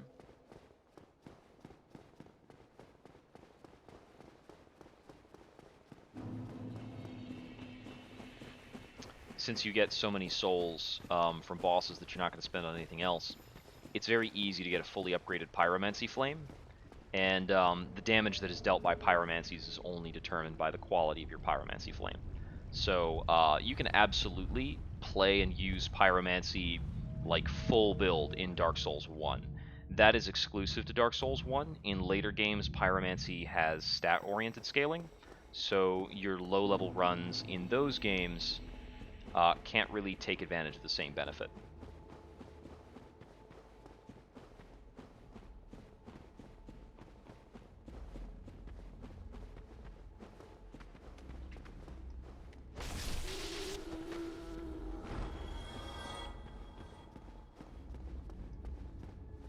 Now there is another option, is we could actually sit down and try and upgrade another armor set to wear. And if we're wearing Havel's Ring, I know we can have a quick roll while wearing another heavier armor set. Heavier by like 30 points, which is crazy. And that would give us a bit more leeway on this. Currently, though, I'm already using the Ring of Steel Protection, which is giving me some defense.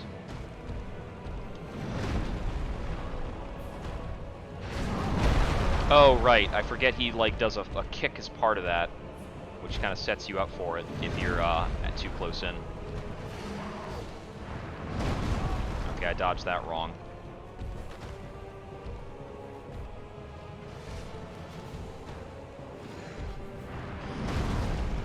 I didn't have that? Okay. Maybe that was too... I guess that dodge was too late, as opposed to too early. I cannot get off 2 swings in that time. So sometimes he's doing just a hand slap, sometimes he's doing like hand axe something. Okay.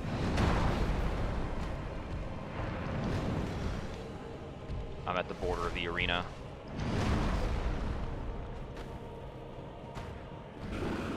That's the combo.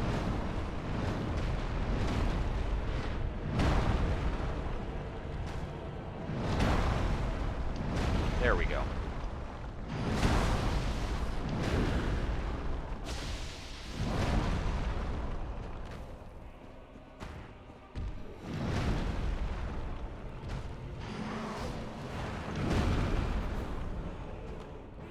Oh, that actually whiffed. I guess the arm's not a viable hitbox, you need to hit the hand.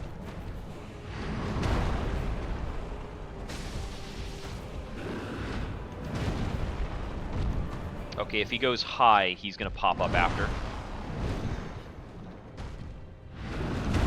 As opposed to that one where he didn't jump up high enough to do the pop-up. Okay, I knew a follow-up was coming there, I just didn't have the right timing.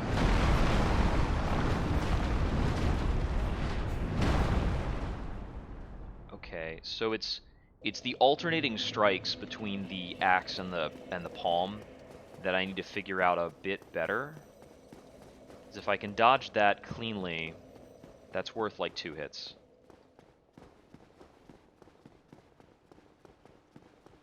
And that is one of those looping behaviors that I absolutely need to be ready to exploit. Wonder how much free damage I was getting from fire on him before. And maybe I do actually need to change over to a fire weapon on this. So I need to check the damage that I'm getting per hit during the next fight. And then in the attempt after that, we'll try using the raw spiky club with the fire resin. And then if that is working better, I'm going to go down and get the Chaos Ember and hand it off to the Skeleton Blacksmith. I think the Chaos Ember is the one that allows us to make plus 10 fire weapons. And then I'll come back over here and try it with a plus 10 fire weapon.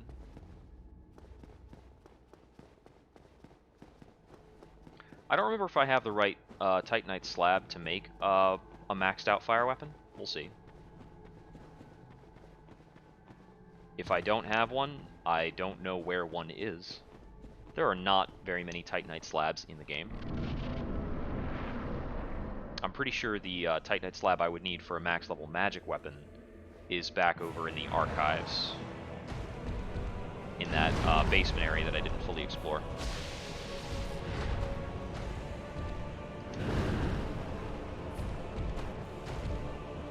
What you got? What you want to do?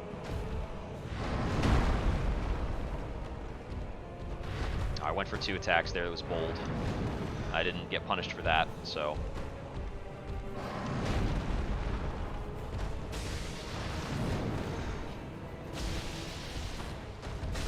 That's right, getting behind him is actually fairly effective.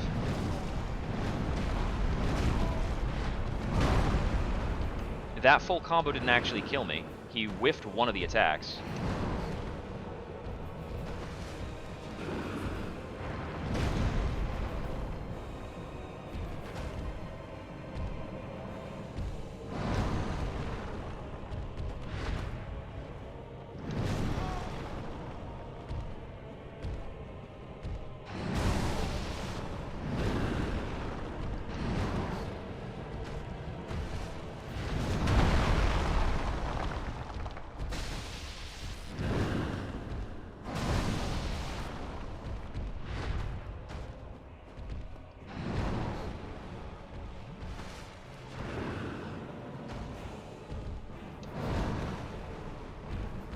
Let's see.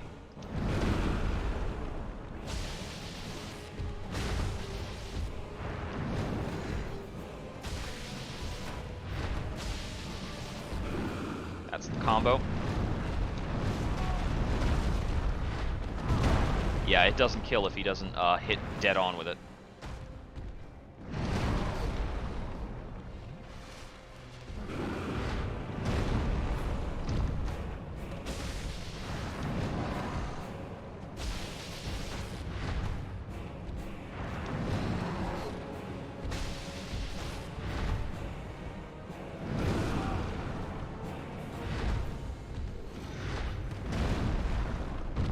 That was a bit disorienting. Oh, that hit. Okay. I didn't think he would quite get to me.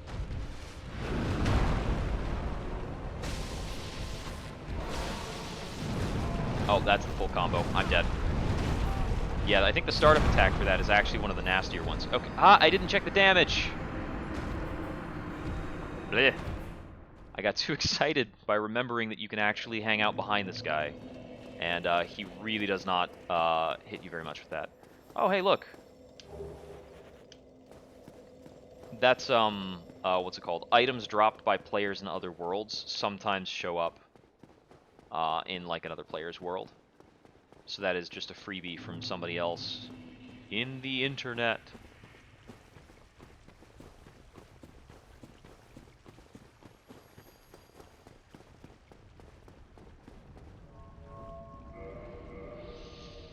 Okay, okay. So yeah, that's right, that's right. A lot of his attacks you can roll behind, and a lot of his attack startups don't give him a full pivot. I just need to not be caught by the combo. But the startup of the combo hits kind of like at his left leg area. Or is it his right leg? I need to be circling towards the left while I'm going up against him, because his right leg, the side where he's holding the axe, does not have as much stuff going on. And I think I can make use of that to just beat the stuffing out of him. I really want to get to second phase and start, like, dealing with the magic attacks. I don't remember exactly how they work, but I think it's, like, kind of a freebie time.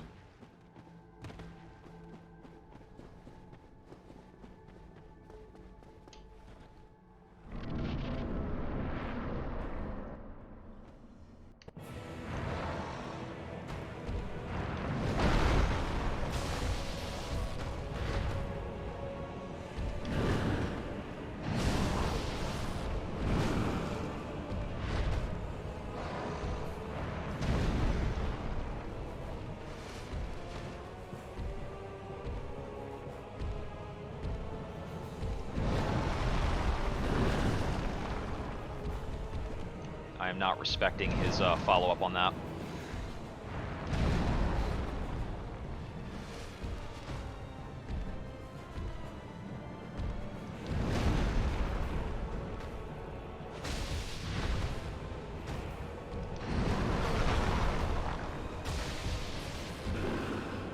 That's the combo. Oh, he actually got me in a counter window there. And I didn't check the damage again. It is very difficult to take my eyes off the boss to look at the numbers.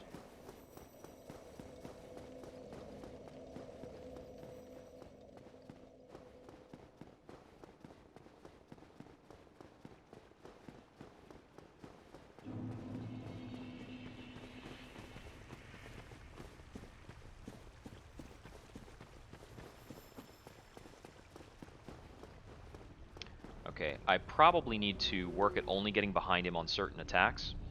And it does look like, generally speaking, if I get behind him, I can just kind of go nuts, because he will sooner back jump than actually turn. If he does go for turning, it doesn't seem to be super fast.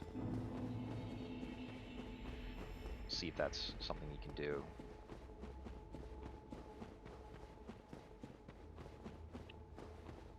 A lot of these fights, when I was first learning how to take care of them on SL1, I just watched other people go through perfect runs of the fights, and I watched how they responded to a lot of the individual attacks and options.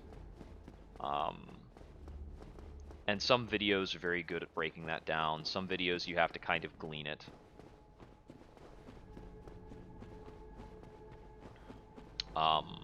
That was...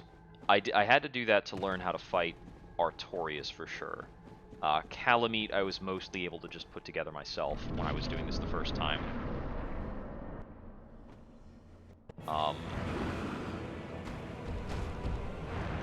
Some of the Dark Souls 3 stuff was absolutely rude. Okay, it's 131. Yeah, damage is the same on his hand. Okay.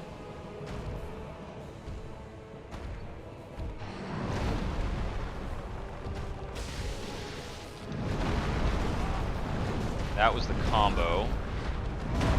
Didn't kill. Yeah, if I don't take the first hit in the combo, I won't die. But if I fail to roll out of that, I will die. Okay, so we had 131 damage. So I'm going to change weapons. And I'm going to pour myself some of this coffee.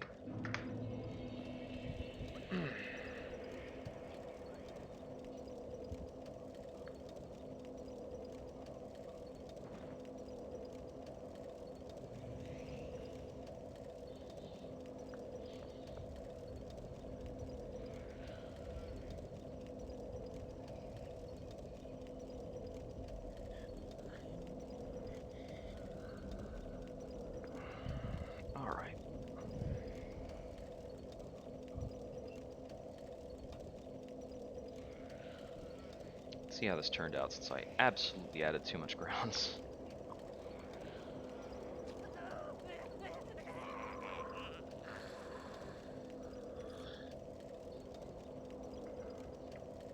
Yeah, well, it's not too harsh with this blend. This one is Costa Rican. It's got some bite, but it's super bitter because I did add too much. If I had some creamer in the house, I might brighten it up a little bit, but I don't. And sugar for it would be blasphemy. Oh, whoops. Spilled there. So, the weapon swap. We're going from the blacksmith hammer to, let's see, the raw reinforced +5. If he's very vulnerable to fire, then the fire reinforced might actually be a good call. But what we're going to be doing here instead, for now, is we're going to try applying charcoal pine resin, since we have so much of it. So if this inflicts more damage, then we could get an advantage on this boss by running away and getting our weapons upgraded further. Because for lightning damage, right now we're optimal. We're not going to do any more lightning damage. And this guy takes 2 swings. I'm doing like over 300 to him with the lightning hammer. So if those guys are a preview of the damage Manus would take, that's certainly something. That being said, like, I think this weapon is just behind. Because the giant blacksmith's hammer is effectively maxed out right now. This weapon is not. Because raw weapons are just weaker than +15 weapons. It's just kind of a flaw in Dark Souls 1. There are absolutely weapon development paths that are just incorrect, like irredeemably so.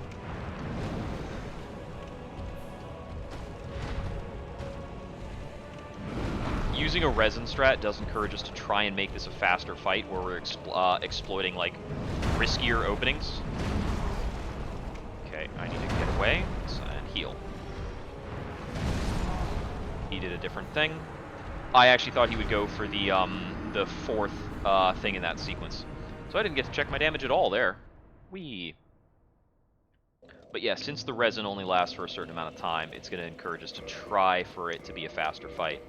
Now, from the printing you can see, the raw reinforced club +5 is 224 flat damage. Blacksmith Giant's Hammer is 180 flat with 300 lightning. The fire reinforced has an even split between fire and lightning and is more comparable. So there's like an extra 120 lightning damage on the Giant Blacksmith's Hammer over what these other things are doing in terms of fire. And the fire weapon right now is 2/3 upgraded. Most of our weapons are sitting at that category right now. They've got about 5 levels of upgrading to go. Freaking spiked bat. Now, I think a lot of the reason the last time I was fighting Manus, I was using the Blacksmith Giant's Hammer is for a little bit of extra reach, which is very nice to have. This is a very short-range weapon. A lot of the weapons you wind up using in SL1 are like that. In Dark Souls 2 and 3, some of your optimal weapons are actually like some pretty nice mid-range battle axes. So you get some pretty decent range and power on those. They do swing a little. They do swing a little slow. They leave you a bit open. That's kind of a commonality in Dark Souls in SL1 weapons. They tend to have very long vulnerability windows if you miss. So missing attacks is actually pretty punishing, which doubled with the lacking of range is nasty. Almost happened again.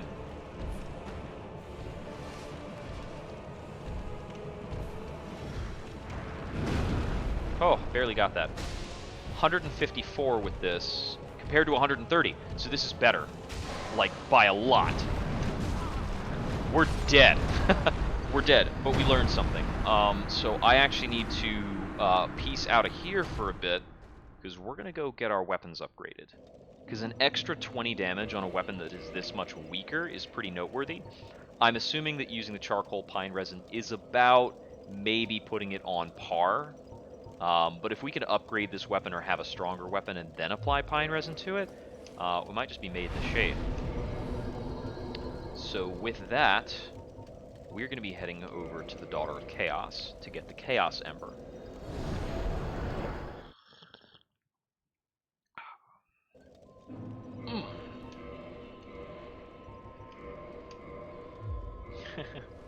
That's even a little difficult to drink. But hey, that'll shock me awake, and I'm probably only going to have 1 cup of it before I try to water it down with something. As long as it's hot, man, it's fine.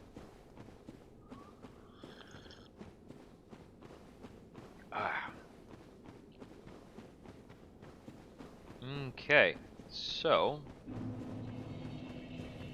we are going to rest this to make the walk back not as bad.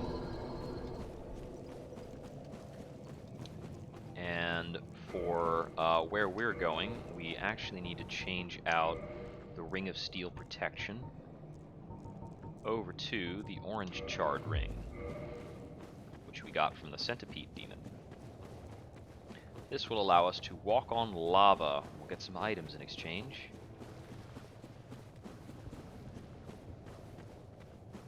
Because even without going into Izalith proper, there's some stuff around here that got left behind.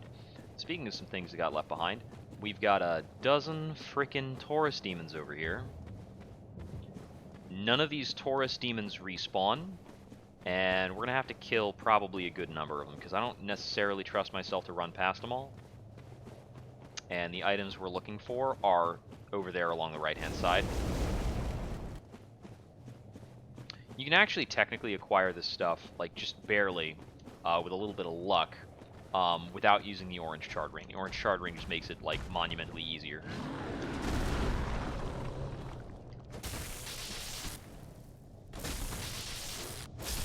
Okay, we can actually 3-shot these guys, and the second attack staggers them on the damage, so not that big a deal. I think we'll only have to fight about 3, maybe 4.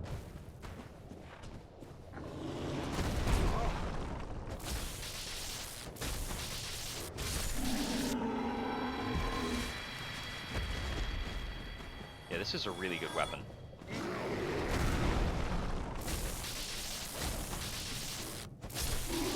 Yeah, when you, like, knowing about this weapon is part of what makes Soul Level 1 runs, like, doable. Because this is how you have actual reach and power. Oh, look. One of them clocked me in the back. Okay, that's a weird platform. It didn't, like, let me up immediately. I might have just needed to do a running jump. Like a little lip there, kinda. Also Taurus demons. Yeah, you can see only half of them are left now. Now, I am just running past these guys, but it is worth noting that, like, these last few guys are hostile. Just a couple of them. It's almost on the level that you have to be going out of your way to get hurt by them, but, you know, when you're first coming through, it's natural instinct to just kill everything. And if you do stop to fight them, they have a very, very nasty status effect that you might be affected by. I might have mentioned it earlier. It causes, it implants eggs in your head that will cause kind of a maggot to grow out. The maggot will take claim of half of the souls you earn, and in exchange, it will grow. And once it's fully matured, it, like, springs out of your head, and it replaces your kicking attack with a maggot bite. It's really, kind of gross and fun. I didn't get the dodge in time.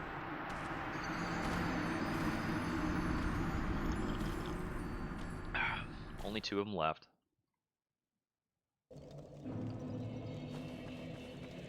If I were taking this seriously, or if it was really important to not die here, I could, like, use black fire bombs or some other things. It makes it a little easier. Oh, I drifted to the right again.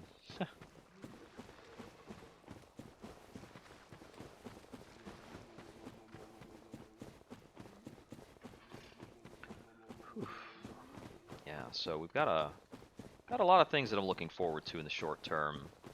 I'm likely to be streaming Psychonauts 2 fairly soon. And on October 8th, we're getting Metroid Dread. I'll be picking that up and likely playing that on stream. I'm not particularly good at Metroid, and I'm sure some other people are the same, so we can commiserate on our not necessarily being so great at Metroid. Okay, he has a pretty nice aggro range when I come, like, kind of near here. Haha. I'm too short.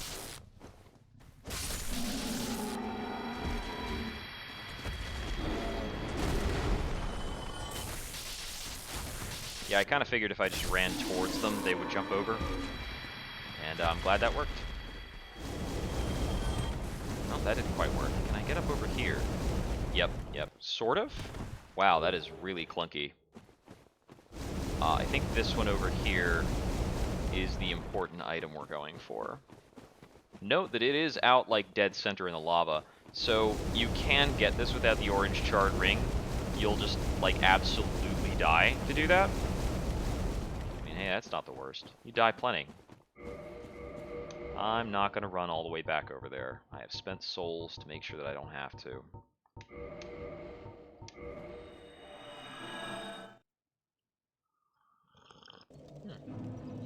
Alright, so I'm pretty sure this one, we have to take over to the catacombs.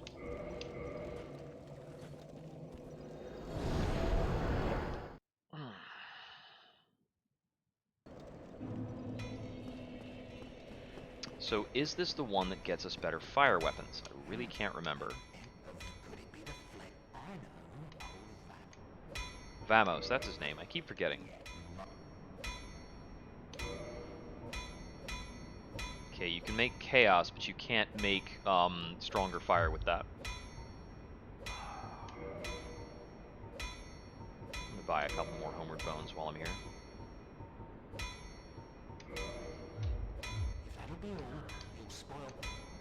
I'm gonna take a moment to figure out where this ember is. Let's see. Whoops, I hit the wrong thing. Get out of there.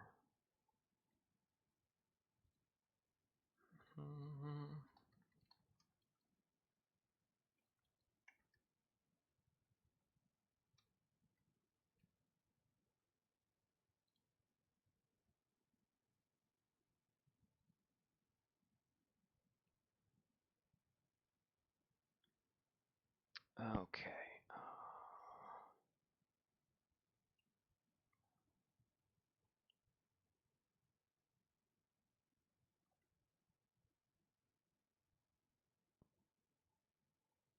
Okay. I see.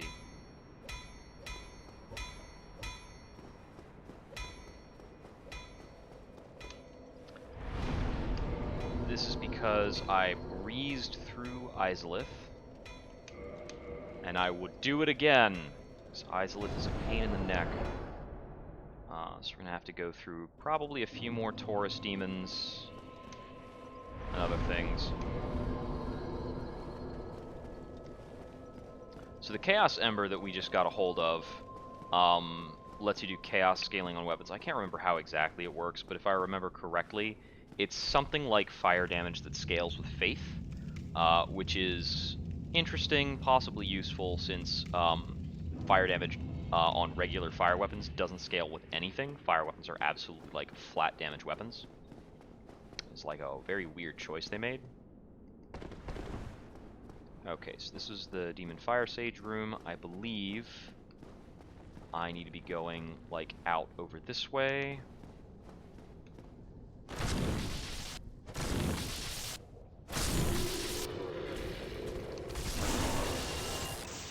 Just plunging attack him to death.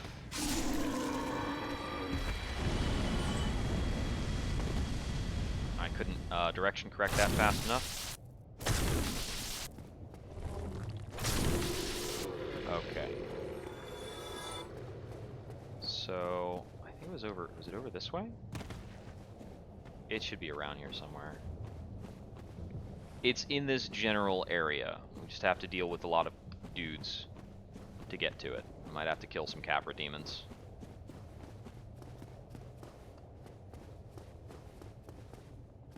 Hey buddy, you want to start walking over here so I can plunging attack you to death? I mean, if you don't, I guess that's okay. Let's see, you come through here, and then there's the Demon Fire Sage. It's over this way. Was this the room with the Demon Fire Sage, or was it after this? I think this was the room with the Demon Fire Sage.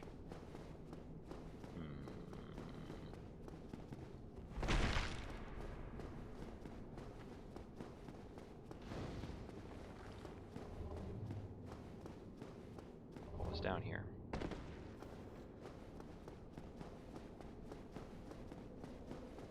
Okay, so this was the bit.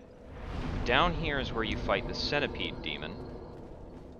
Doing that a few times. I think it's before this, up over this way. I believe it's in the ruins proper up over here in an offshoot. Like in the area where all the lava's at. So, let's go back over here. Let's see.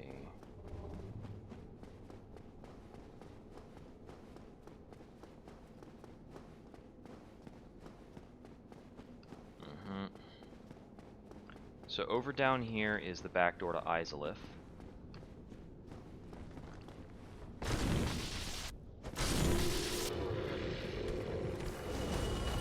Oh, that's super weird.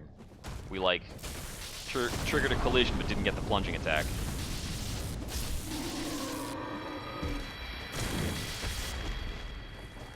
Whoops.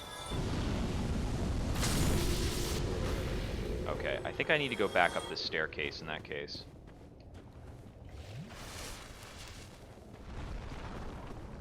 Or is it over here?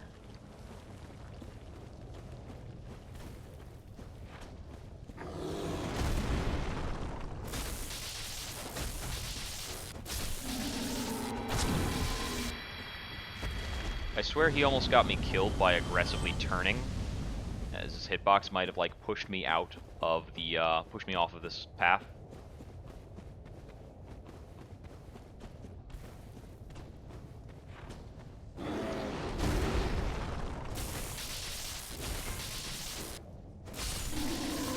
Okay, so I believe it's down this path, but I have to be cautious because some of these walls, yeah, because we get these maggot guys show up.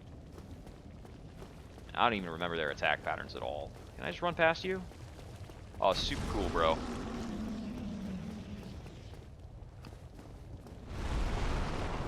Oh, boy. Let me just do... Ow.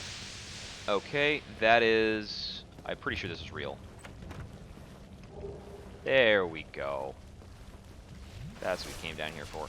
And I'm not going to deal with all these toxin-spitting losers.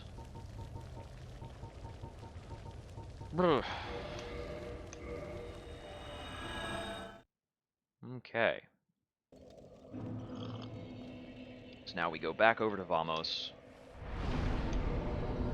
in the catacombs.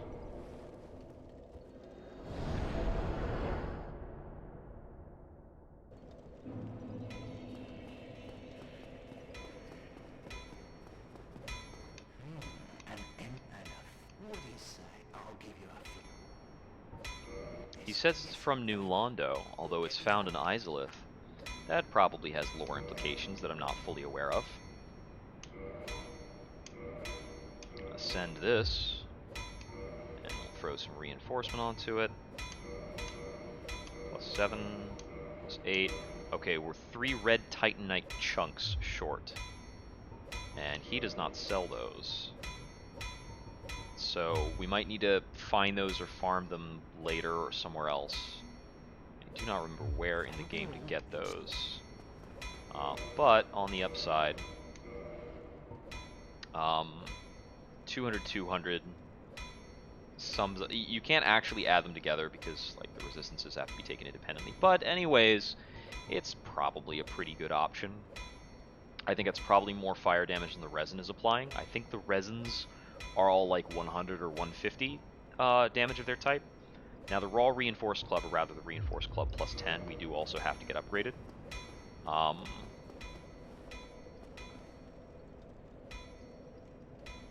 What's that down symbol on the mask of the child?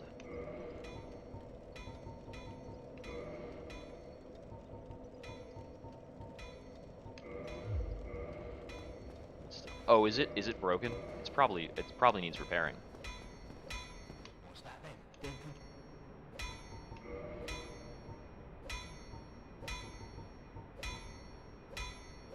Yeah, it's costing 300 souls to repair. I'm sure it was like very close to breaking. They don't have a repair all button. Such a pain.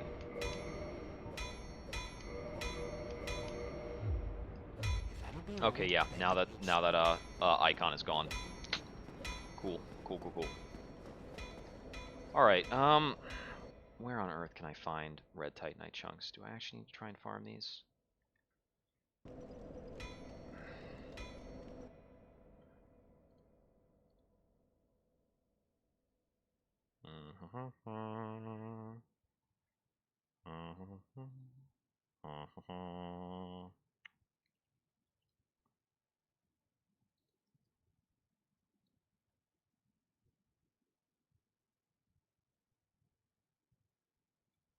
Okay. Playthrough can be obtained by trading a pyromancy flame to Snuggly.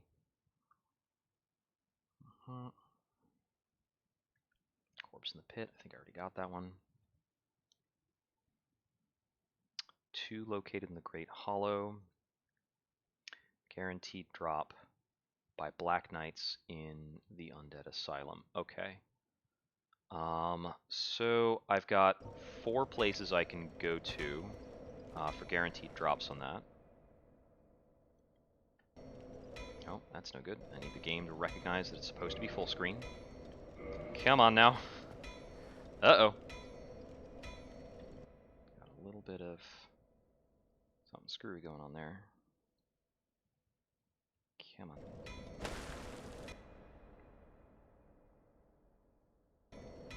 Okay, so the game decided to go into a kind of a windowed mode. So I am going to quickly close and reopen it to get that corrected. This is what I get for referencing the wiki while I'm trying to play. Okay, so we'll just do that real quick, and then we'll quit out.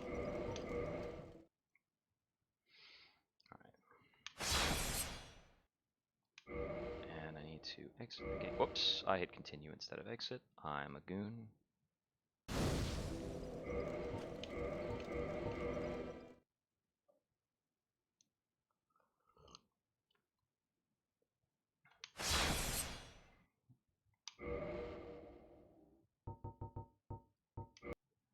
Okay, thank you for sitting tight.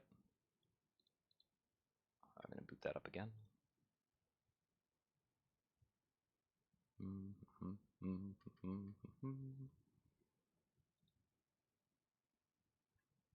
Okay, now come on, please.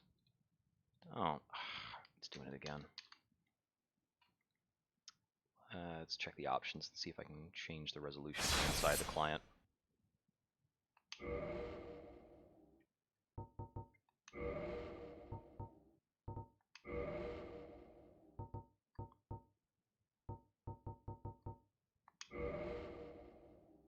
Okay.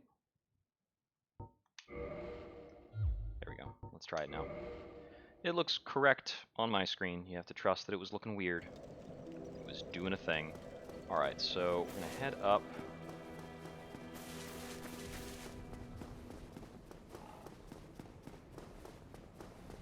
Oh, blast. Oh, sometimes. I think there was, like, I think there's loosely a subplot about, him going after that gal and, or, like, trying to set her up to, get killed. Yeah, so I believe the woman we ran into down in the, oh, whoops, I'm supposed to fall off there. Shoot. Am I dead? No, okay, we're good. I forgot where I was going for a second.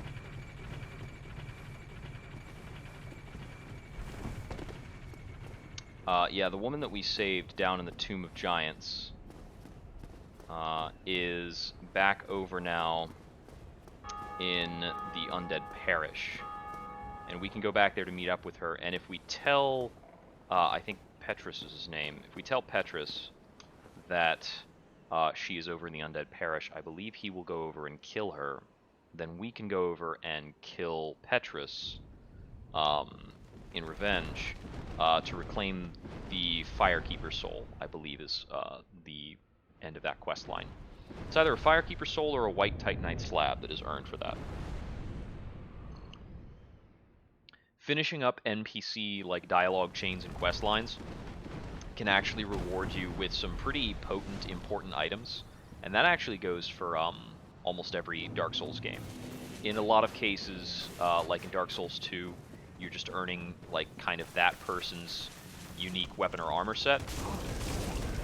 Aw, totally got me there. I just wanted to breeze through that, but I guess I don't get to. I think I'm gonna have to run back up that structure too. Get on back on the elevator and do the skip. Does this spawn me in the same? Oh my god. Wasting time. But yeah, one of them that is the most noteworthy in Dark Souls 3, the quest line for Siegmeyer of Katarina, when you completely finish it, rewards you 2 Titanite slabs, the final step necessary to upgrade a weapon.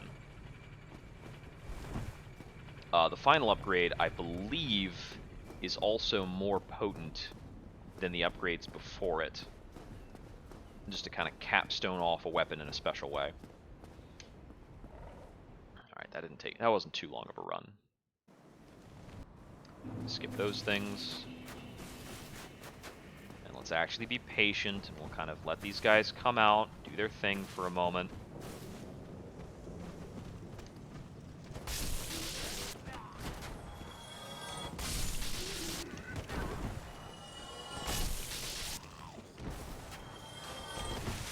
just a nice and easy reminder that no matter how basic the enemies are, because we're SL1, we are also basic.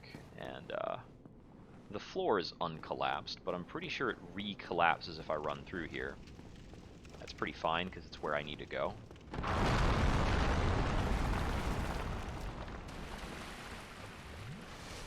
Yeah, this fall isn't actually lethal to these guys, too. Okay, in one of the corners here, there is a ladder.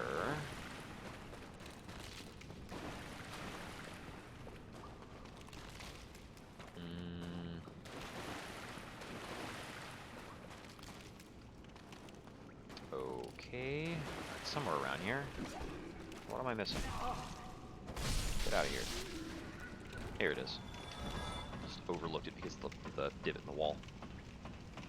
Okay, so this allows me to come over back here. Before I go that way and fight him, however, I am going to make sure I have a bonfire that's actually, you know, in this area somewhere.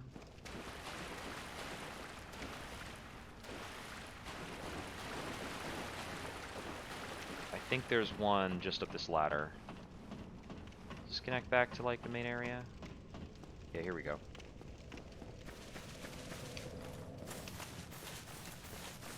You... That's right, this is our friend from the beginning of the game, Oscar. He's hollowed now and come back.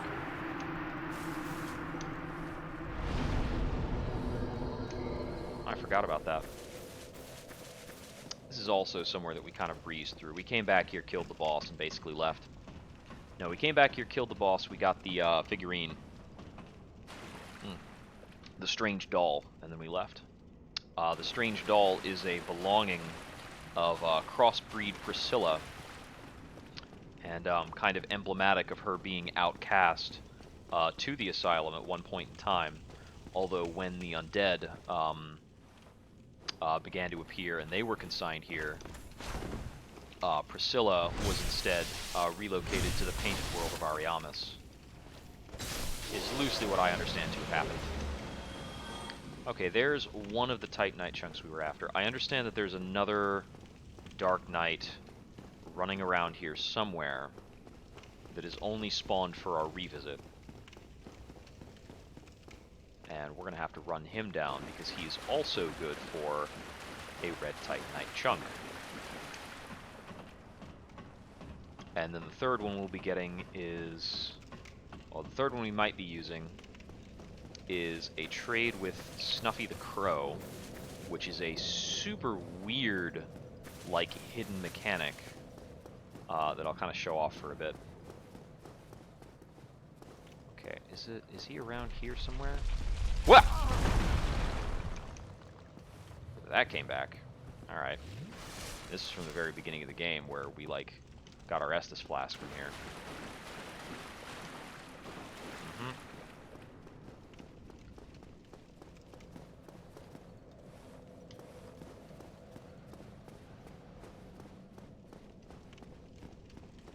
Post all sorts of tutorial messages back here. Hello!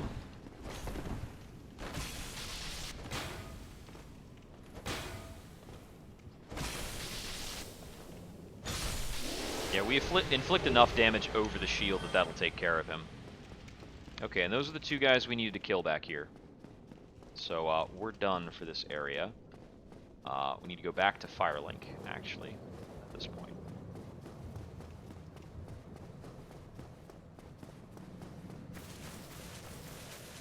So just do a quick warp.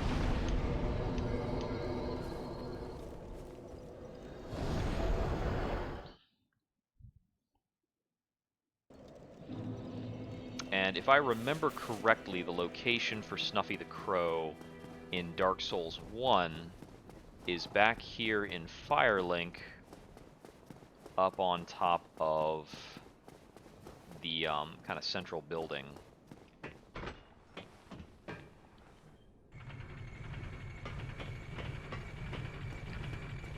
Yeah, Snuffy is, there is something like Snuffy present in all of the Dark Souls games, but Dark Souls 1 I think is where this mechanic is most obtuse. Actually, I think I'm not remembering correctly where it even is. Oh.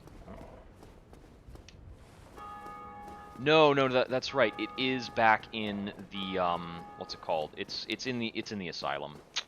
Shoot, I remember now. I need to go back. Transition scenes again. It's in the asylum in that like last run-up area. One of those little spots is kind of an offshoot where there is a crow's nest, like a tiny one. So I believe in Dark Souls 1, it's Snuffy the Crow. In others, it's like a crow duo in Dark Souls 2. In Dark Souls 3, I think it's Snuggly instead. And basically, these are like hidden item traders that can trade some various specific items for sometimes, possibly quite rare or unique stuff. In Dark Souls 3, you have to trade with Snuggly in order to get access to Solaire's armor.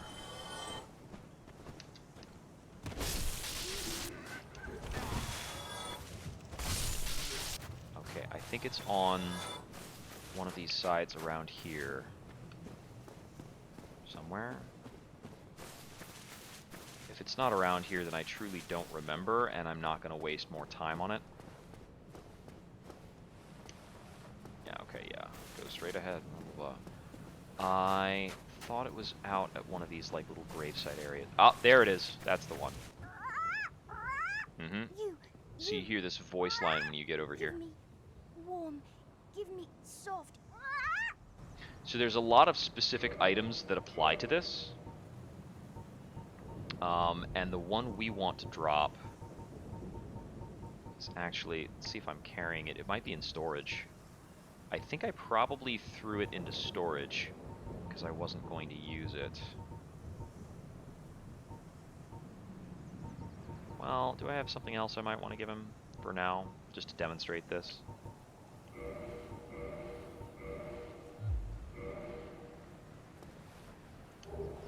See, in other ones there's an indicator for whether or not they like the item and whether or not they will actually transform it into something. In Dark Souls 1, I'm not sure if there's actually an indication of whether or not he's going to accept the item.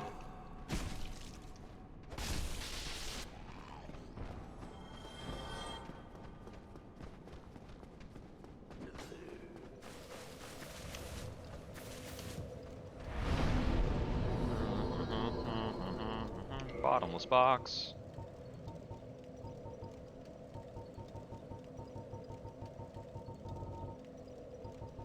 I think it's near the bottom because all your casting stuff is near the bottom. There we go. Past it. Nope, that's wrong. There. No, withdrawn it. So we're going to be handing out our Pyromancy Flame because it's warm. He'll only accept unupgraded ones. So that's nice, I guess. And you can buy a new Pyromancy Flame if you lose it. So it's not a truly unique item. But I think I may not have done the... I think I may not have acquired the vendor who actually sells these.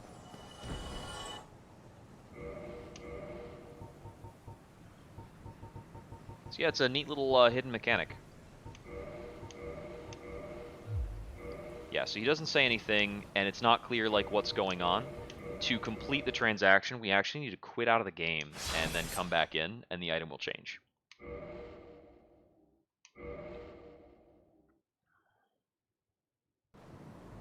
You.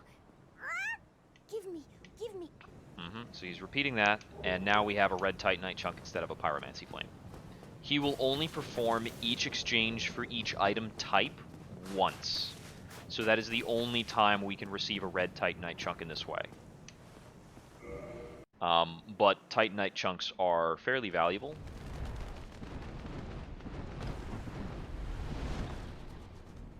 So that's a pretty handy way.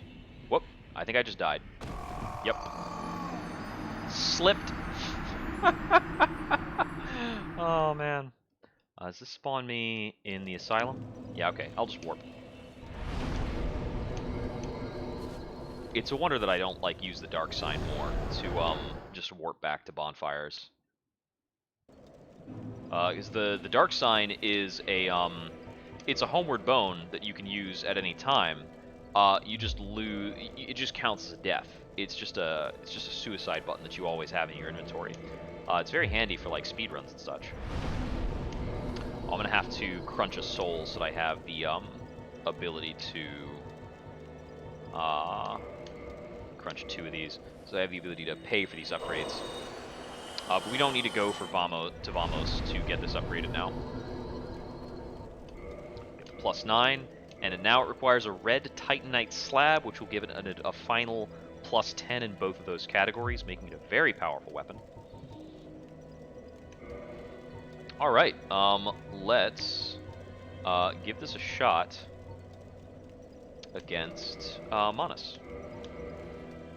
So I will want to get, I will want to get the slab later. But I think that might turn out to be more involved. And I want to get back to doing at least a little bit more fighting for now.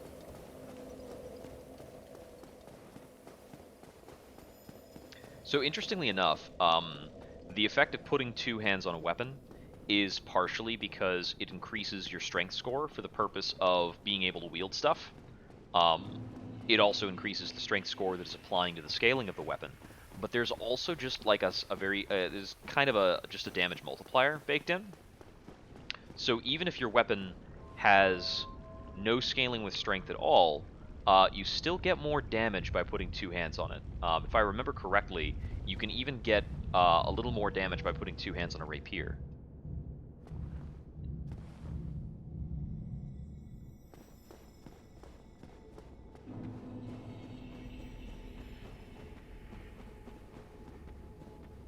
At least I believe that is how the mechanic works. I might be talking out of my butt.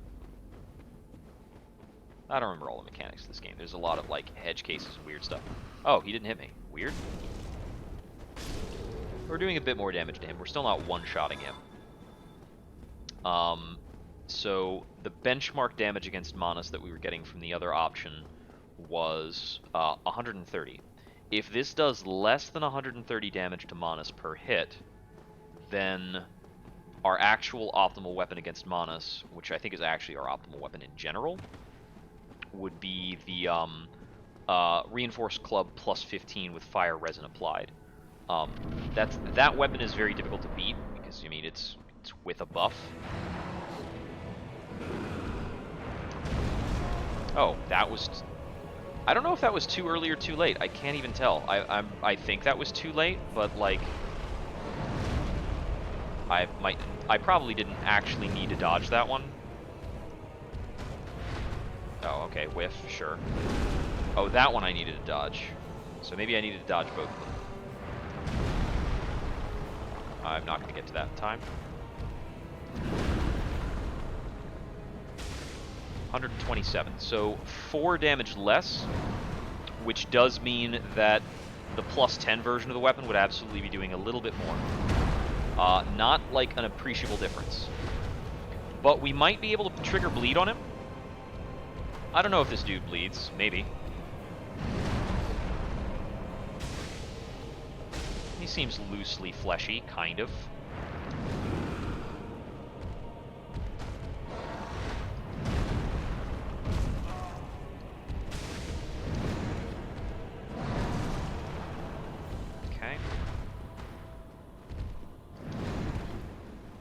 Looks like I have my back to the wall here.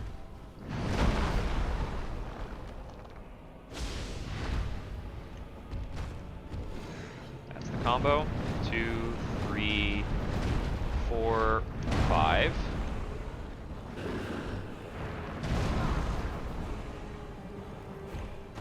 I think being clocked by the arm part of that maybe is less damaging than getting hit by the hand part. I'm not sure.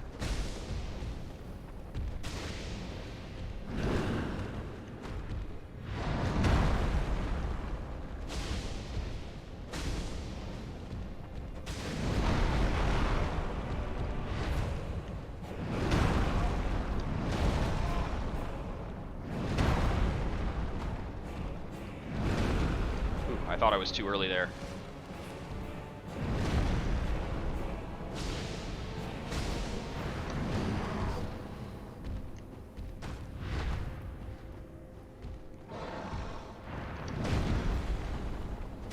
That was just in the nick of time. I can go a little earlier on my dodges for that.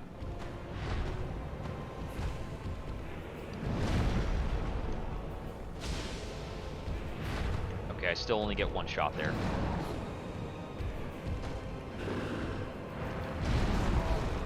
And again, that was like too early. That attack is real persnickety.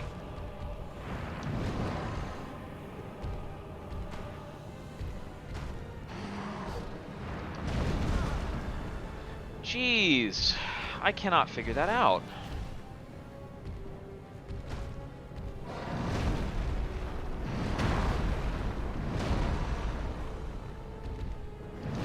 I didn't know if he was going to do 3 or 4 there. It's, unfortunately, it's just an ambiguous attack.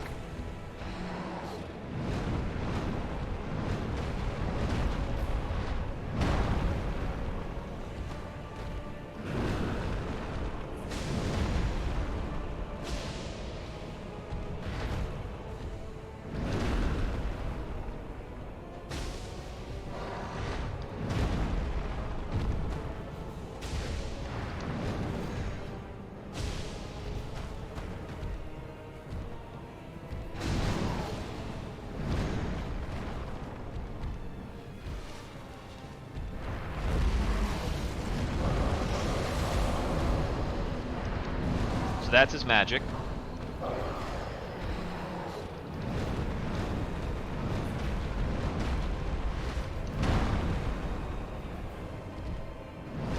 Ah.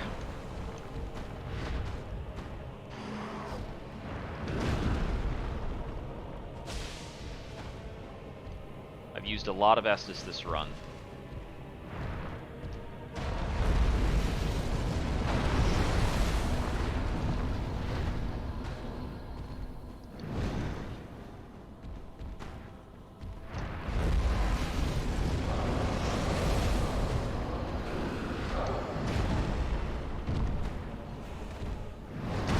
Ah, bummer. So yeah, generally speaking, when he goes for magic, you need to switch over to the silver pendant. 2 uses of the silver pendant will generally repel whatever he's doing, and then you need to get back to fighting him. It does create a lot of visual noise, and it can be very tricky to cope with that. Okay, so back to the township. But yeah, he doesn't start using magic until he gets below a certain health threshold. Afterwards, he does like to use it quite a bit. If you're bold, you can sneak in a hit while he's, like, first starting up the magic, and then you need to, then you absolutely need to get the pendant going, because generally speaking, all of his magic kind of, like, throws something out in the arena that then, like, homes in on you or rains down from above. But he doesn't have as much end lag on it as he does startup time, so you need to be ready to dodge pretty soon afterwards. Okay. So I think I'm going to keep trying this because I want to see if it's possible to proc a bleed on him. Because if I can actually sneak in a bleed proc, that'll be really good. Otherwise, I should actually take the time to go and hunt down a red Titanite slab and come back and challenge him with this fully upgraded. And I wanted this fire version of the weapon to be fully upgraded for the Sif and Gwyn attempts as well. Oh.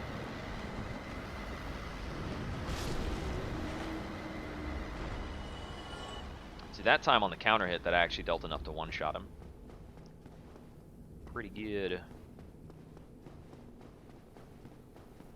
Of course, the counter hit on that particular enemy type with the giant blacksmith hammer is like 500 damage. Giant blacksmith hammer is actually a little crazy. I think that is a restriction I could try putting on myself to do another Dark Souls 1 run, is like Dark Souls 1, SL1, but don't use the giant blacksmith hammer. The thing's so friggin' good.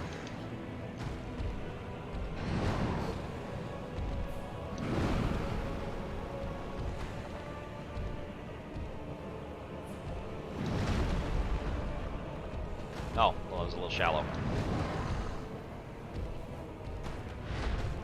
He backstepped on me.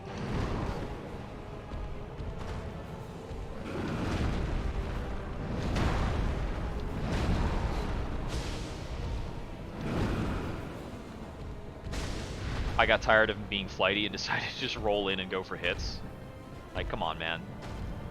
Give me a little bit of love.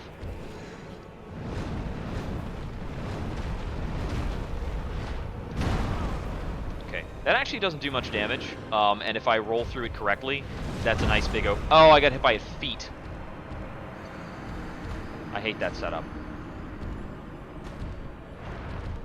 So when he's doing the combo, I'm going to try dodging in on the 5th hit, because that could set me up behind him and get me like 2 or 3 hits if I do it right. The other bit there with the quick jump startup is when he first pops up, he has like a quick hitbox out in front of him. If I'm at absolutely full health, pretty sure I can get hit by that and not die, but I did not have absolutely full health. The other thing that's biting me a little bit here is I didn't spend time farming for either. I didn't spend time farming for the Mask of the Mother, which is the other item in the game that can actually give me a health bump. There's actually only 2 items in the entire game that can give me a health boost while I'm playing SL1, which is the Ring of Favor and Protection, overpowered, and the Mask of the Mother. Okay, I am using the Ring of Steel Protection. I thought so. Yeah, the Ring of Steel Protection is usually a fairly good idea for Soul Level 1 runs. The alternative, of course, is I could be using the Red Tearstone Ring. Red Tearstone Ring is an absurdly powerful item, but it takes some finesse to use it. We do have to do every single boss fight in one-shottable range, but in exchange we do 150% the damage, which is pretty snazzy.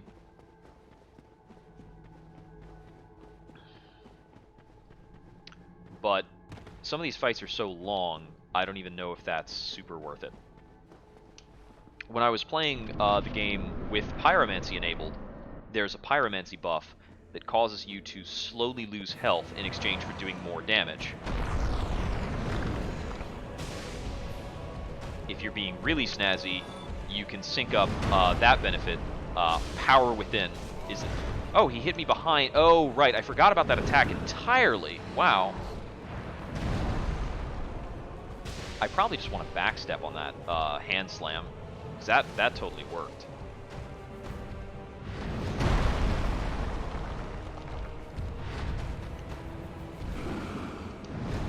Two, three, four. My roll was too late. That was too early. Manus is definitely like a dodge roll test. It's got really tight timings and really good tracking.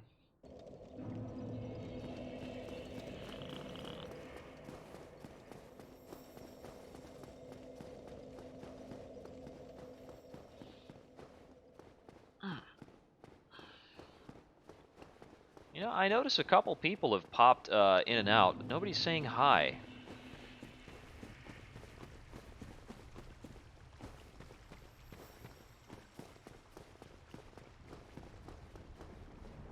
I'm not even asking that people are following in order to comment, so I think that's common courtesies. When you jump in, you say like, "Hey, how's it going?"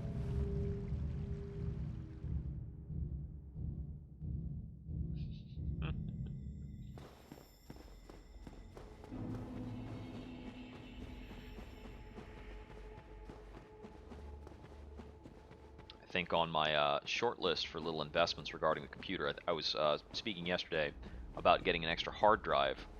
I might get an extra hard drive. One of the items I'm looking at is a USB riser card, because I think the PC, as I bought it initially, doesn't stand up super well, actually, to certain peripherals.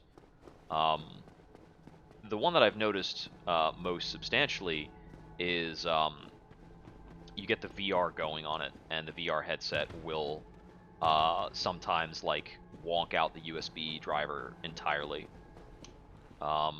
I've had some controllers that don't always play nice. I feel like it was something else.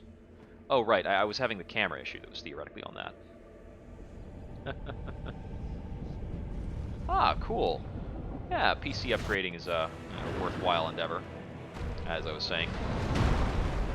One of the other things I might actually go in for instead is a secondary monitor, so that I have an easier time, like, reading and corresponding with chat. Oh, yeah, I got hit by the kick. Sometimes when he does the kick, it like puts you in hit stun and you don't get hit by the leap attack. It's super weird. But not always. Nah, Lord forbid the boss handled consistently.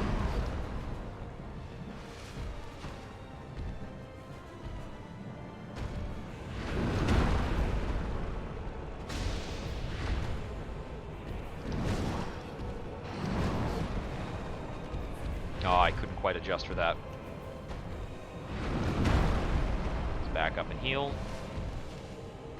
And we're back in it.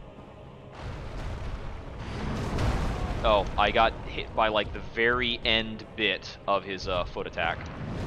His little kicks. Okay. Do not like the mist in my face from the arena edge.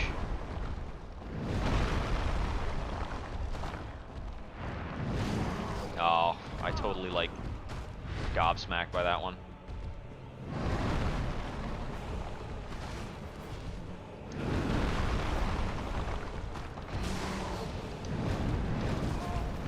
Okay. Yeah, I'm gonna eat that one pretty hard.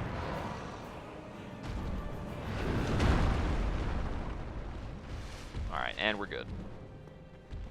So I'm thinking on his side sweeping attack, I can probably plan around rolling into that and get damage off. But it seems like it might leave me open to certain things afterwards if I do that.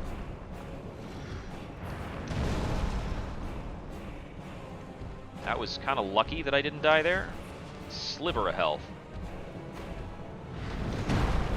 You know, I think about, like, doing something, and I just want him to do that attack so I can test. Yeah, I could hit him with that. 2, 3. Oh, right, it's a 5-hitter, not a 4-hitter. I can't believe I survived that. For a moment, he was just standing there menacingly. Got a little lost.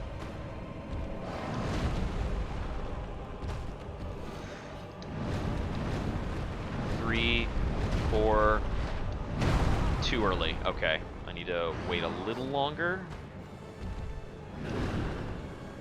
Take a quick chug.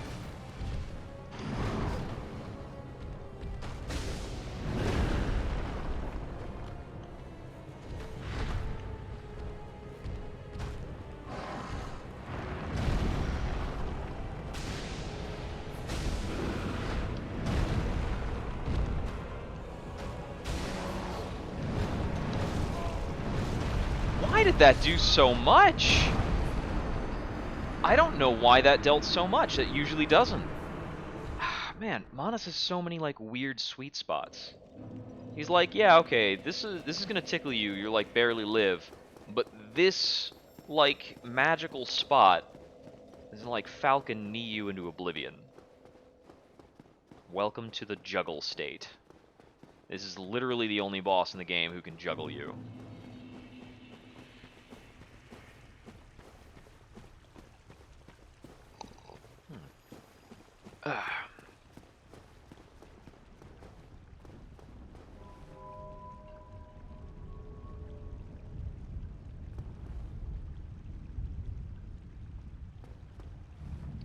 Yeah, so that's the short list of stuff, is possibly new hard drive,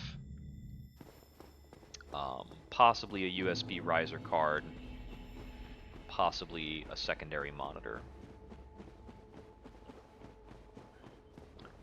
I don't think I can necessarily, like, make use of a secondary monitor. Like, I think if I'm gonna make it worthwhile, I'm gonna have to figure out a way to rig it up so that I'm using the secondary monitor for work during business hours, and then I switch it over to operate on the other computer outside of work time.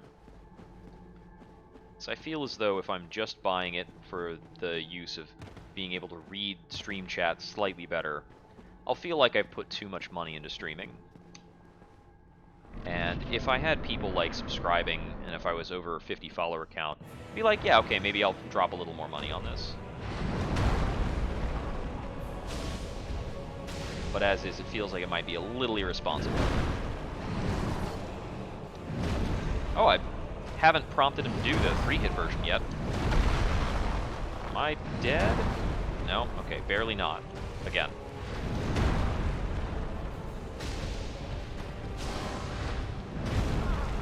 That was too early? Okay. This boss is so picky.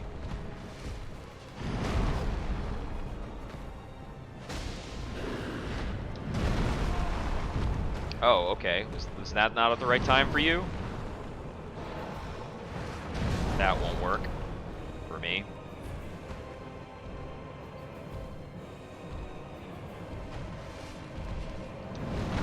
I could have dodged toward him on that and gotten a hit. 2, 3, 4. Really? Alright, man. Okay, that was too early.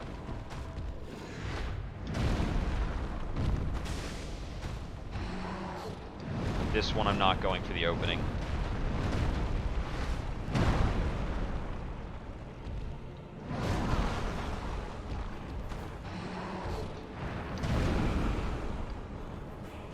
He is moody today.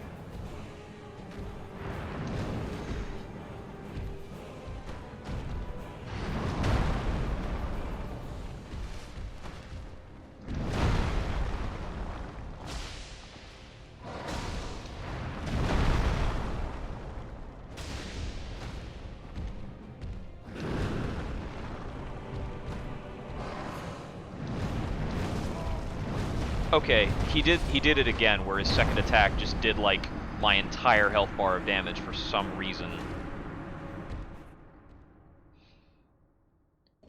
Half the time that attack is pathetic, but the other half the time it just completely decimates me. I'm imagining that he's probably got a sweet spot on his axe, where the actual axe head does a lot of damage, and the rest of the weapon does, like, piddly nothing. And I think he's actually got, it's like in the middle, too. Like, the axe head doesn't extend all the way to the end. So if you get the, like, the far out or the close-in version of that hitbox, it just doesn't matter. So I noticed that I have not been able to trigger bleed on him at all.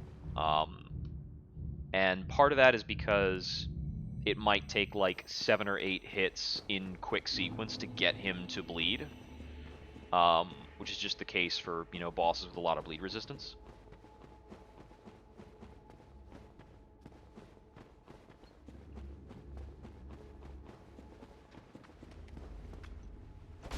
On the flip side, he could be like maybe straight up immune. I don't know if that's a thing. I think skeletons and skeletal type enemies are immune to bleeding. I think the series is usually pretty consistent in that hollow type enemies are fairly vulnerable to bleed effects. The most notable examples of bleed vulnerable enemies are like Ornstein is very vulnerable to bleed. The Dancer of the Boreal Valley in Dark Souls 3 is very vulnerable to bleed.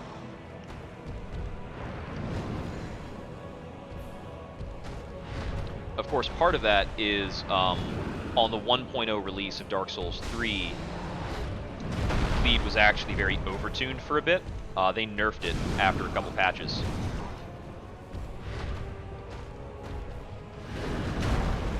Ow.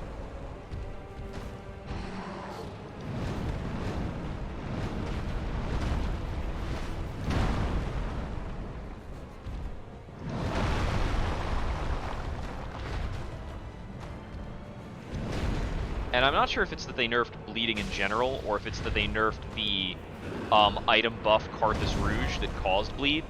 Ow. Some of these is also that I'm getting, like, tagged during counter hit windows. Okay. That one was way too early.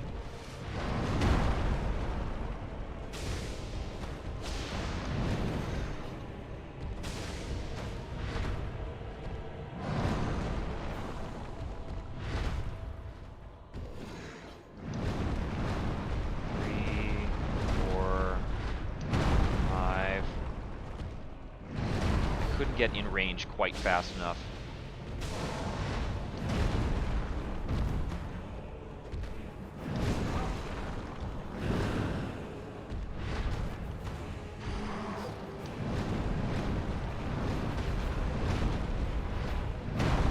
Yeah, I think the ending of his sequence is just not quite enough. Okay, I figured out the audio cue on that. I need to listen. There's like a dark sizzle, crackly type of noise that's happening.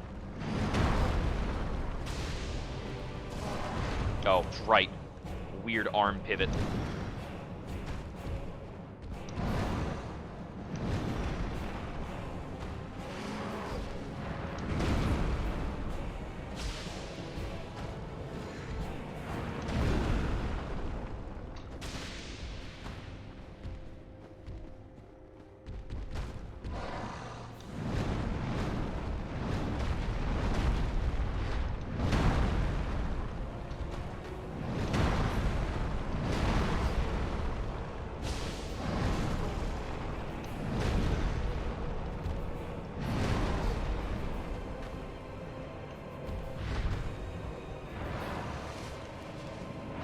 He's not into his dark magic attacks yet. Okay, he was close enough to do that. I thought I was actually far away enough for that to not hit.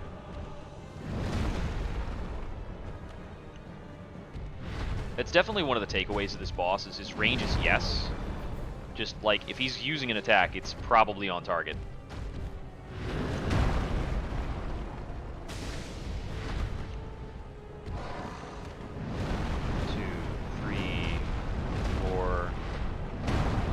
Yeah.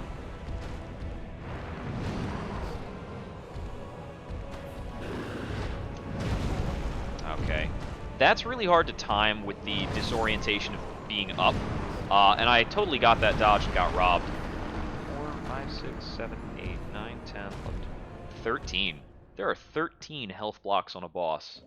I have words for whoever designed that UI. Who does that? Why isn't it 10? Make it 10 or 15, like, pick one. Sheesh. Or even 12. Like, the boss meter doesn't have a clean halfway point. I kind of noticed that during the Calamite fight. I was very, like, confused by it. A little distressed.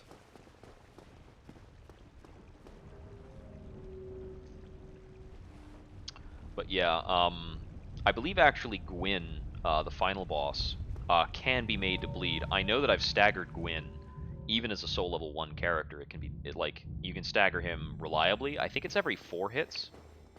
It's not as common as, like, Ornstein. Ornstein you stagger, like, once every 3 hits or something ridiculous. It is noteworthy that the bleeding quality on the weapon does not improve. And that's just the way Dark Souls works. Like, the status effects on your weapon, I don't think the status effects on the weapon get any better with any version of Dark Souls. Whatever status effect it has from the beginning, that's just how good it's going to be at that effect. All of your upgrades apply to damage, unless you are like doing a type modification to the weapon, which does happen in like 2 and 3.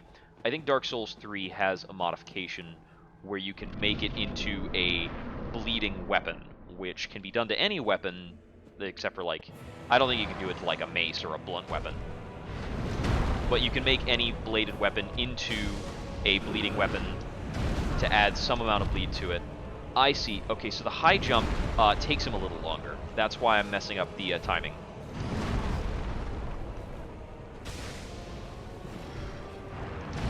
it's a little easier to tell the timing difference when I was unlocked for that.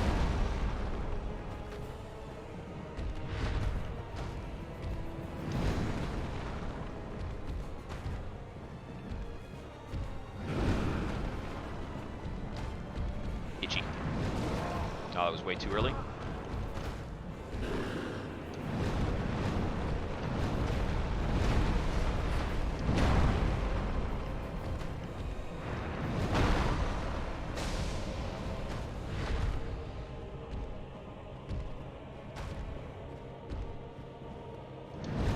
It is difficult to tell where I have like the 2 attack openings.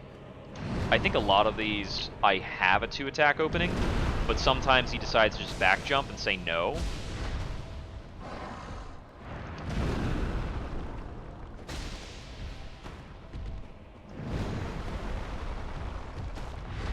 Yeah, like there, he back jumped, so I wasn't going to get 2 attacks off.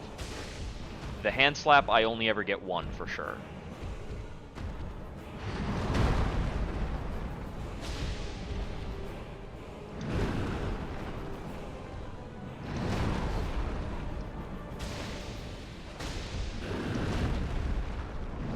Oh, it's the sequence.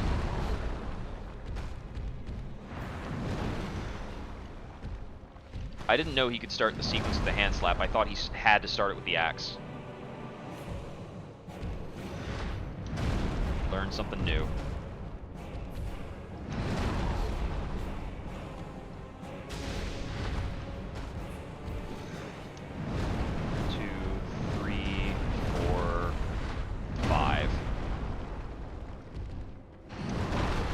I could have dodged in on that and gotten hits. Same there.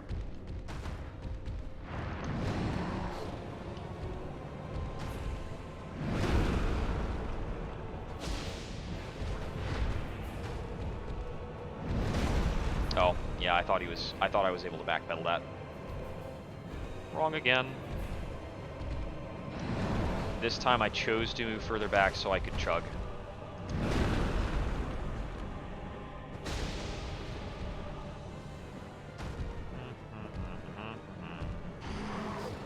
Combo.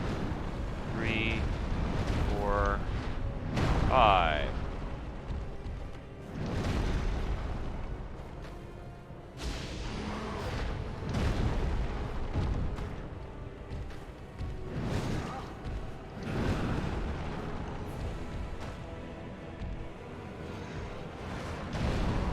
Oh, I'm glad he was out of range on that, because I would have eaten that for sure. Just gotta kind of like find my way to be leisurely about this fight. Yeah, I'm not getting any kind of opening after that attack.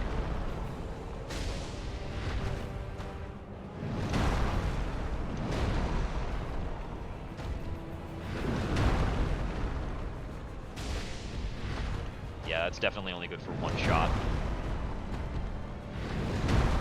Oh, that didn't hit me? That was super weird.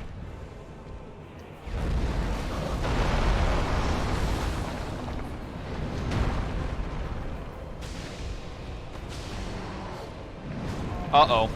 That's dead. That's death. I didn't correct back to normal soon enough. So that one, the shotgun spell, you only want to use the pendant once, or you'll be at a big disadvantage. So he's got shotgun spell, rain spell, and magnet spell, kind of, where everything goes out to the sides and then converges. You can also just try to roll through these. It's just like really obnoxious to do so. A lot of these attacks, like rolling through it, is kind of a crapshoot, which is why you have a different defensive mechanic. And I think it is interesting to have a different defensive mechanic. It can totally catch you by surprise, though, which is part of the fun. But yeah, this is definitely a fight where utilizing some pyromancy helped me out a lot before. And last time I was doing this was coming off of the end of slamming my face into Calamite for a straight month, where I tried literally everything I could to get an edge against Calamite. So I came up against this boss when I had all that extra stuff going, and it was just like, okay, whatever. But yeah, it's a very long fight. There's a lot of hitboxes that are persnickety, so the best way to do this is just kind of slowly. It's a grating, punishing endeavor where you can be very suddenly killed if you happen to be close enough for his combo to hit. Although the combo only consistently kills you if the startup gets you. Alright, let's go. Let's go.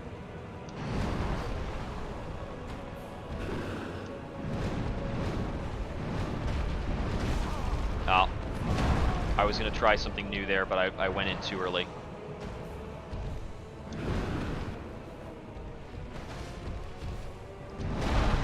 So my thought there is that the 4th and 5th hits are so far apart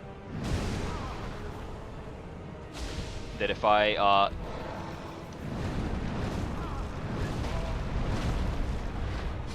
go in during the 4th hit, I might be in the right spot for his 5th attack to completely whiff if I roll through to his tail. Problem is just that the 2nd hit of his combo is very good at picking you up from close to him. Honestly, the 2nd hit of the combo is very good at fishing you out of the roll from your dodge of the 1st hit. But the reality of it is, if I'm on his left, the 1st hit of the combo will whiff, and I can actually just run out. I can actually probably run out of the combo more often than I'm trying to, because he's got the roar on the startup, and I don't think it has that much, like, frontal hurtbox. Hitbox. Thankfully, the hurtboxing for everything in this game is very, very sensible. Very well done. Even if the hitboxing is sometimes pretty weird.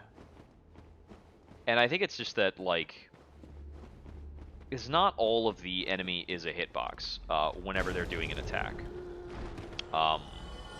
Like, certain parts of the enemy become hitboxes, and the logic for what is or isn't a hitbox during an attack sequence isn't always consistent. Until you're playing like Dark Souls 3. When you're playing Dark Souls 3, it's like very consistently, no matter who you're fighting, the hitbox is like the weapon, and that's it. And you have a lot of humanoid enemies as opposed to like dragons and stuff. Dragons are just like kind of a nasty enemy in terms of the way they're designed, but I mean, if anything in your game is going to be, you know, different and nasty, might as well be the dragons, right?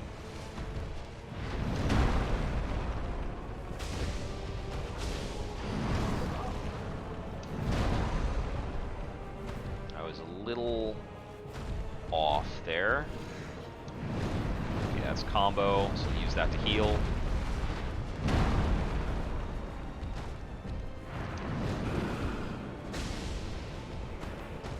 Oh, I didn't hit there.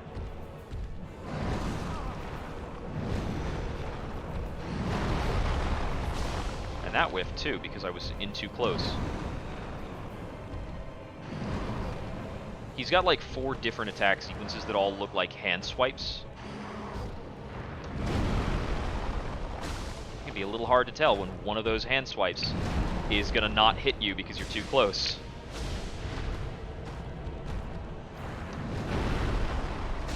Rolling in on that one was a very dangerous choice.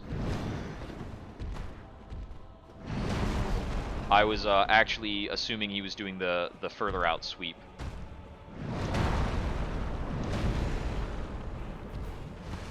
He's got like just a little bit more delay on the axe attacks compared to the hand attacks. Mostly.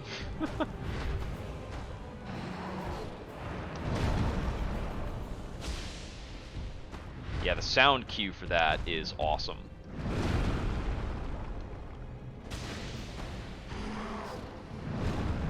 Yeah, that hand slap on the ground, if we're in just the right spot, we can get 2 hits.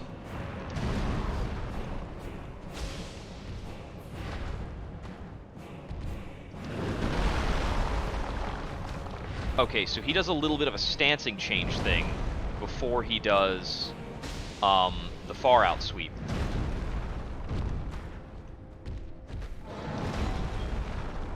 That's somebody at my door, and I'm not expecting anybody. So I'm not going to answer that until I've finished with this fight.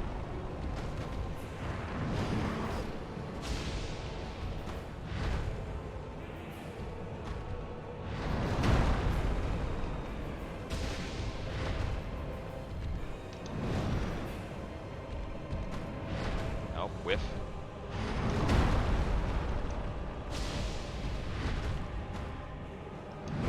I might guess... Oh, I forgot about that attack entirely.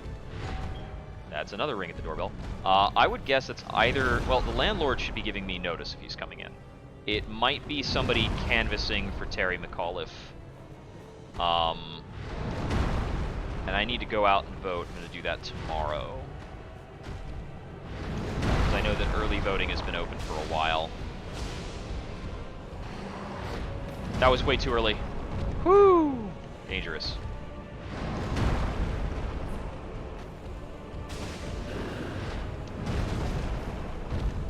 That was only a little too early.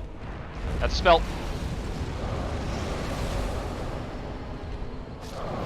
Ah, I got killed by like the last delayed shot of the spell. Alright, I'm gonna see who's ringing my doorbell. Be back in a moment.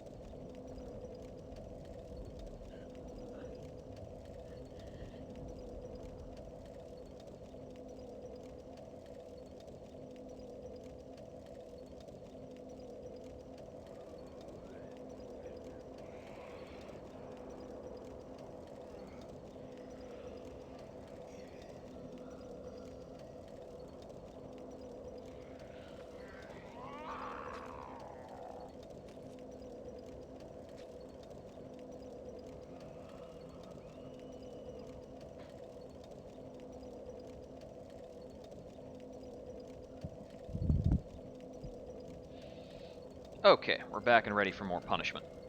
Yeah, it was somebody canvassing for Virginia gubernatorial election. Hoping that we can all show up and absolutely crush that. Make sure to remind your friends to go out and vote. Now, I believe, I don't recall if it was the last time Terry McAuliffe was out or if it was the last time there was a gubernatorial election. Dems came out 10 points up. Hoping we can get at least a similar result. I'm not sure how well Virginia rates nationally for voter participation, but I feel it's a very relevant metric in this day and age. There's a lot of voter disinterest, and we, as much as we would like to, I mean, on the left, we would like to combat that. The right seems to favor voter disinterest because Republicans always perform better when there's less turnout.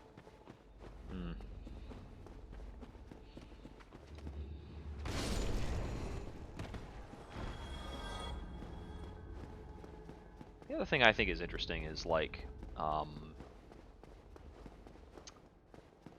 when it comes to like polling constituents and things like that, I think there's all sorts of people who claim that they're doing what the constituents want, but I have not heard a politician at any point in time say, oh, you know what, I've reversed my opinion on an issue because we ran a poll in the state and it turned out they actually want this. So I'm actually like changing my opinion to suit the constituents.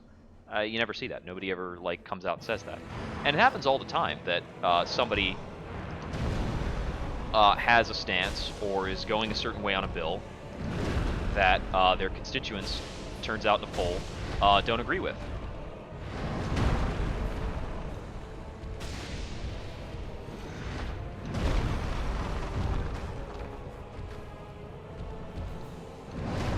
Because I think the actual numbers are like, in terms of the nation, I think is like 67% or so in favor of universal health care, but we still have all this opposition to it.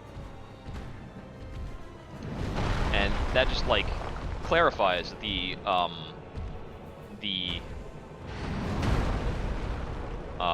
opposition to it is chiefly political, and it's because pharmaceutical and medical companies have a big lobbying wings, and all that lobbying activity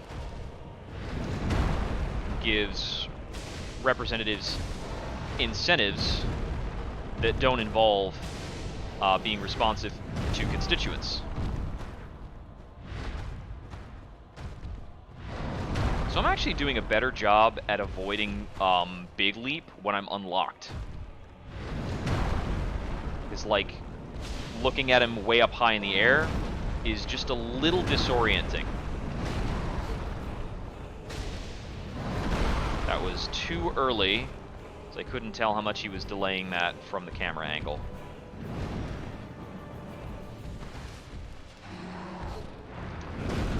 Oh, I was actually off timing on that. I've been doing a lot better now that I know which part of the audio cue to pay attention to.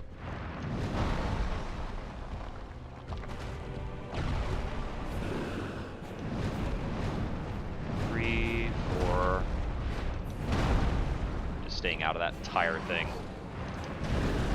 Oh, was that too early? Jeez. It's the most fussy hitbox.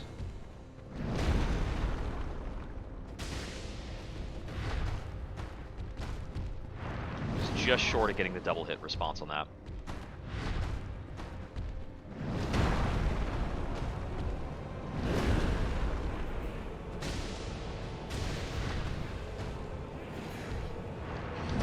There we go. Had to wait just a moment longer, I guess. You know, with the current upgrade of the weapon, I am doing actually just a little bit less than the giant blacksmith hammer. So I am going to have to switch back unless I go out and get the last upgrade material for this that'll put it over the edge. Because I know the slab is worth more than 4 damage per hit. 2, 3... Okay, so the 4 attack on that is actually just pretty far out. If I want to make use of that, I'm going to have to purposefully dodge it. Probably unlock dodge would do best.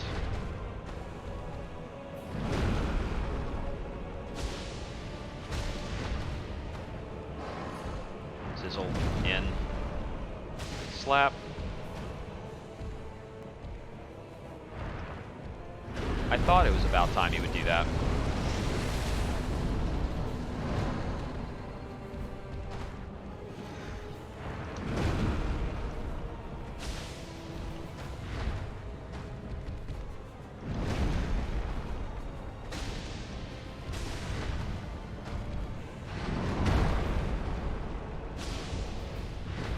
Okay, even if we go for the body, we can't get 2 attacks off on that. Shit! I went 1 over. I need to take the resin off the hotbar. Because the resin spent me a little bit of extra time cycling through, and if I didn't have the resin, I would have been able to get back to the pendant fast enough. So we'll unequip that. We're going to go back to the blacksmith giant hammer. Okay. So let's see if the lessons we learned using the shorter range weapon will help us out now, going back to the weapon we were using previously.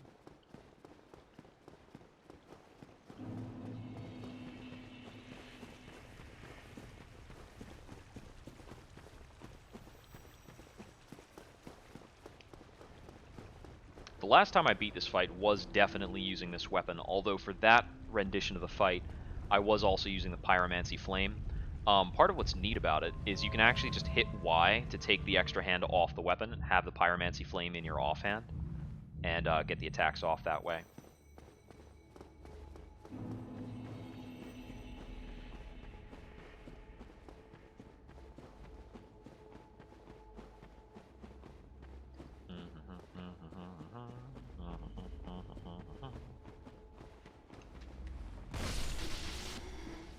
When I do that running attack, I'm actually using my middle finger to hit the attack button.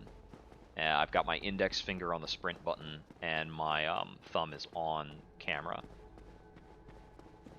And when I'm like running along and using the camera at the same time, that's because I'm actually not even using the tip of my index finger. I'm using the middle of the index finger to hold down the run button, so that my hand position's kind of like this. Well, that's difficult to see.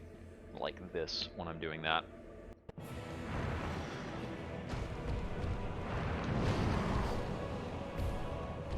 Let's not get too hasty.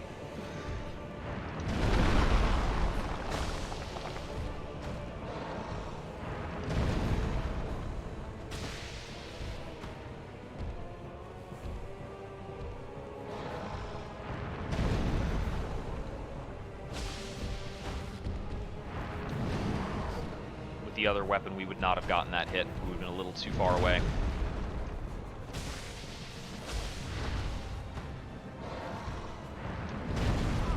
Oh, a little early.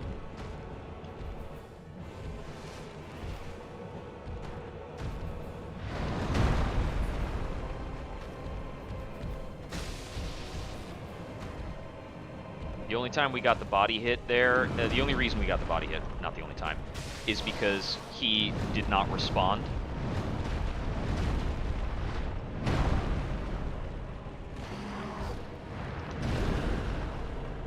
He could have moved away, he just happened to not.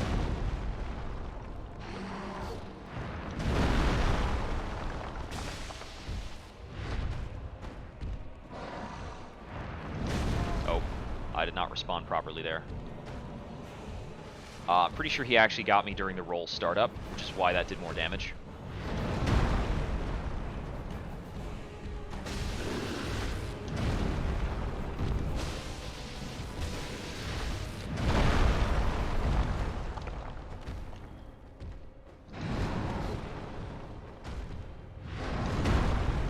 Just like a super cool mechanic. It's like, oh, a little short on your roll? Take extra damage.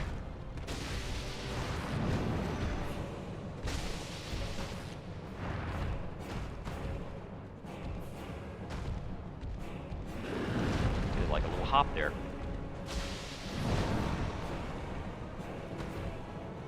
This is like the only boss fight where I will be transitioning during the fight between locked and unlocked.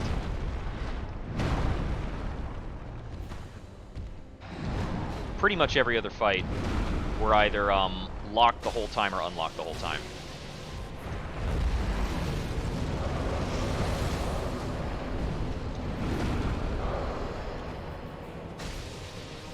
That was a super clean transition.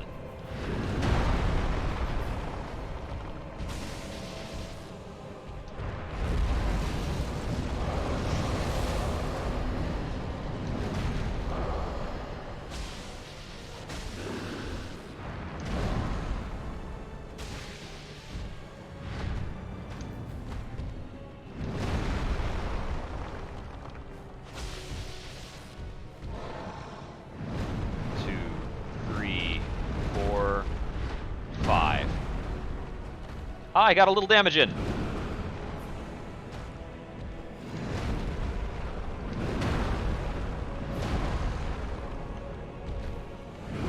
Yeah. Pull his hand away too fast. Locking onto him. I can't punish him on that attack while I'm locked on.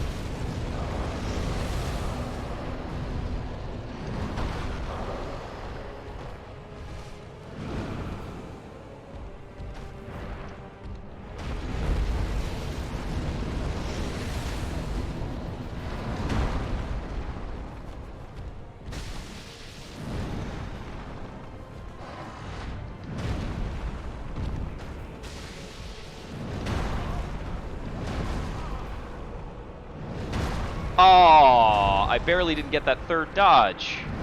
Okay. A little more than 4 pips were left there.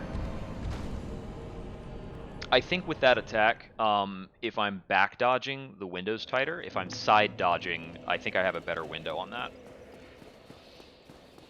So I need to be dodging left-right when he's doing that sequence instead of trying to back roll. We don't have, like, what's it called? We don't have, like, Monster Hunter frame data on this.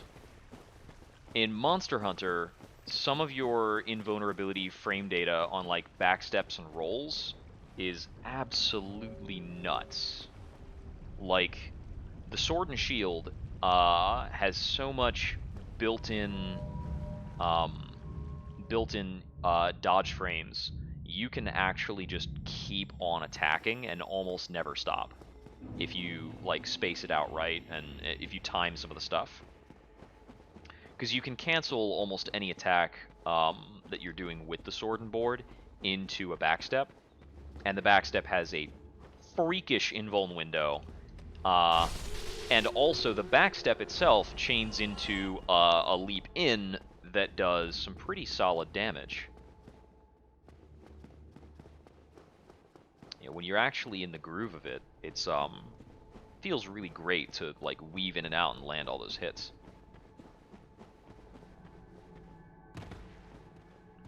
I think that's, like, one of the highlights of Monster Hunter for me, is they, a lot of the weapons in the game have very satisfying playstyles, but they're satisfying in different ways. Like, this is satisfying because it occasionally lands hits with a ton of crunch. Or this is satisfying because you're, like, this constant ball of rage.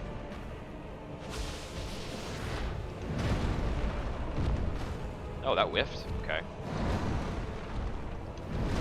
That was too early. Okay.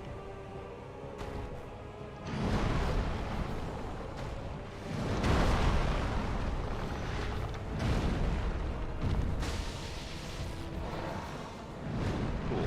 Plenty of time to heal there.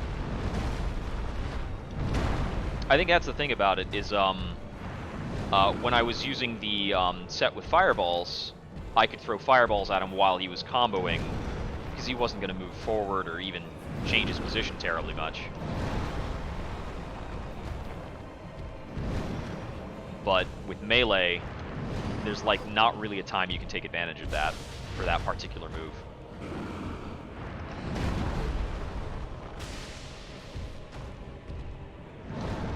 Yeah, a lot of this fight, when I dodge attacks, I need to unlock so that I can slap his hand.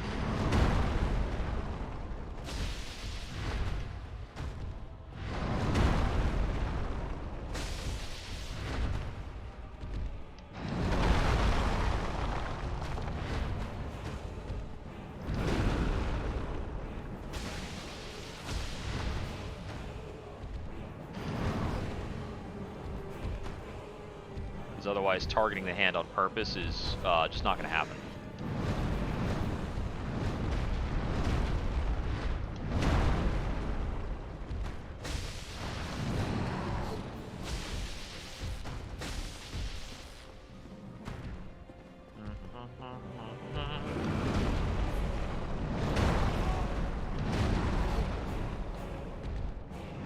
That was a very dicey choice. If he went for the combo, I think I might have just died.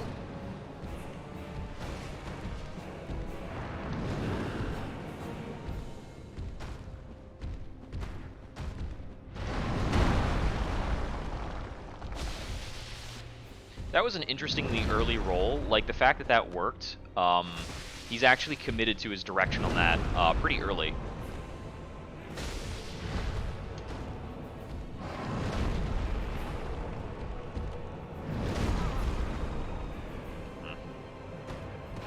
That was a bit of a sloppy buffer.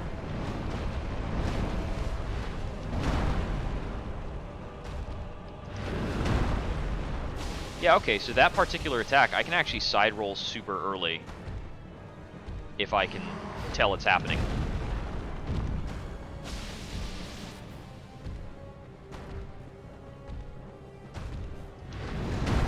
Okay, not that early, or rather, like, not quite in that exact way. Yeah.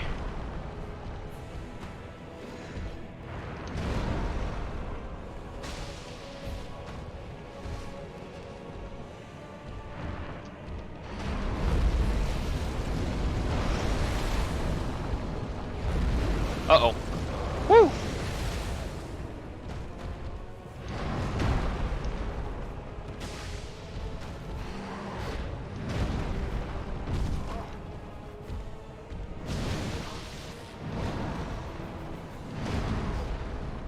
Chug.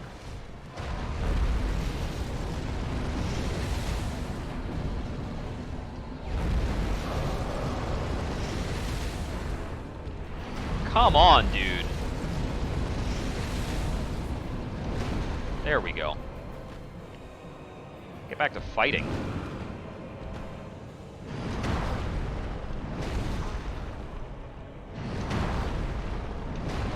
Take a chug there instead of the punish.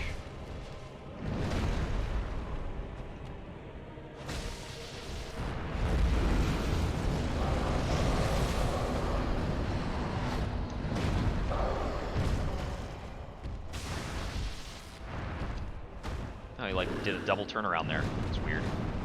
3, 4, 5. Little hit.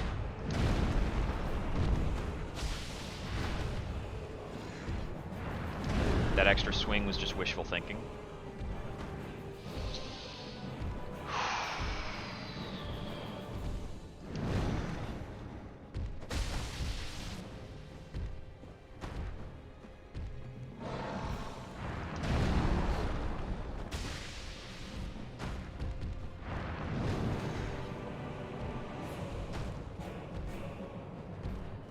The coffee's working against me now. I can feel the nerves rattling.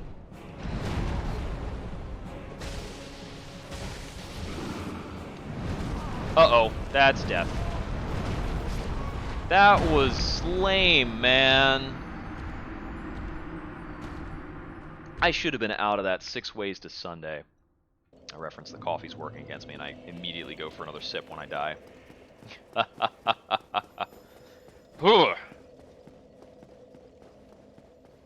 Fight through the jitters.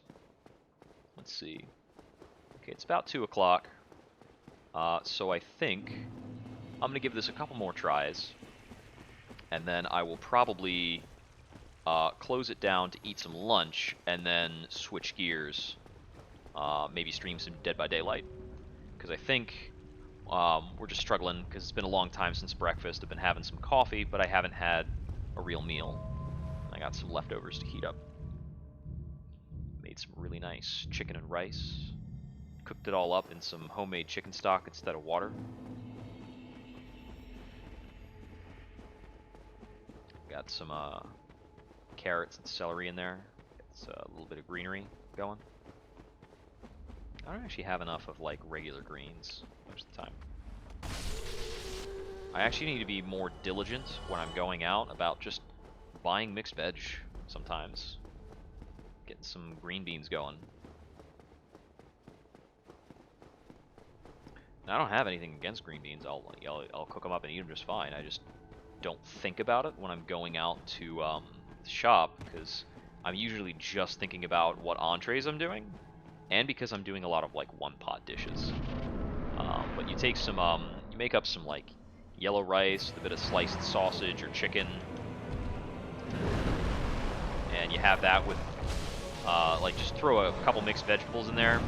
2, 3, 4, 5. Okay, I was gonna try to roll through that to get into his body for hits, but greedy.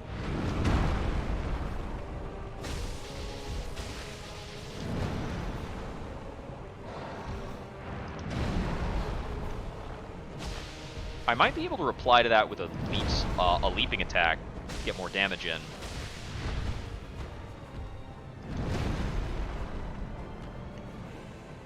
I could have done 2 hits there. I didn't think I had it in time to get 2 hits off.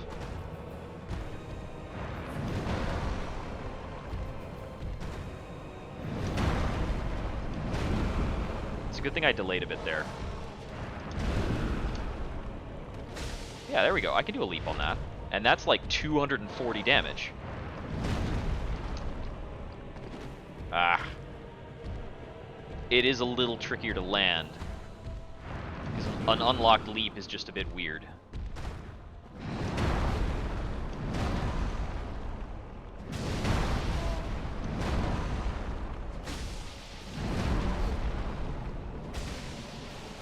That was actually 2 separate attack sequences. I would normally go for the punish on that, but if he followed up with the axe, I'd be in big trouble with my current health. So I opted not to.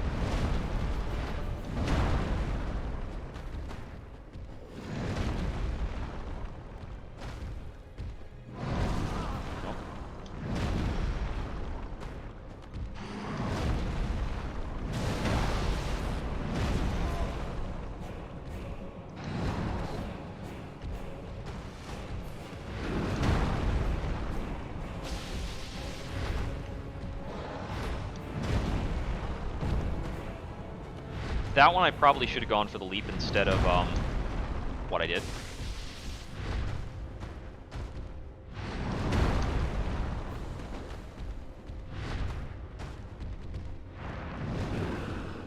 Yeah, there are actually a couple of windows here that are short enough that I cannot get 2 hits, but long enough that I can get in a leap and get more damage.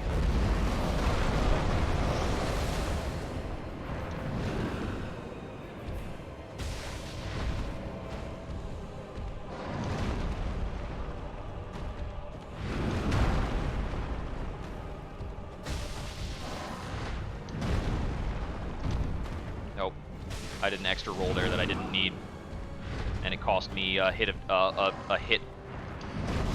Oh, that was too early? Okay. Attack is still so persnickety. Give it maybe 2 more attempts. I'm gonna hit at least the 4-hour mark before I close out and get something to eat.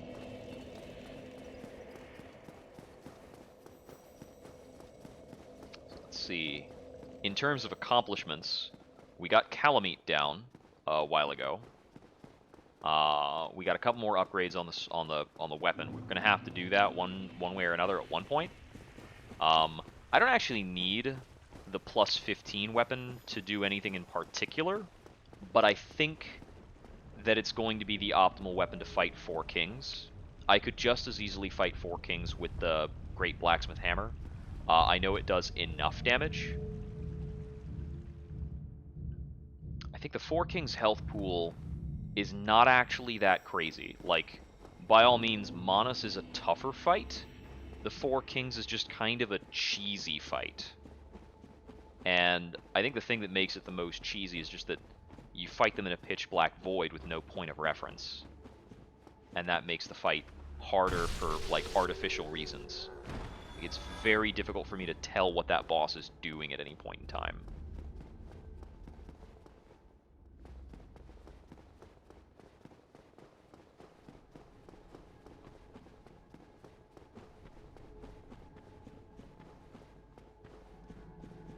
just makes his it just makes it unclear like how his swing startup is actually like working, because he kind of like floats and glides around instead of, you know, walking like a real boy. Oh, bleh. Wow, that was a cursed attempt. That just didn't work. Did not work out. The dodge timing was not with me. Phew.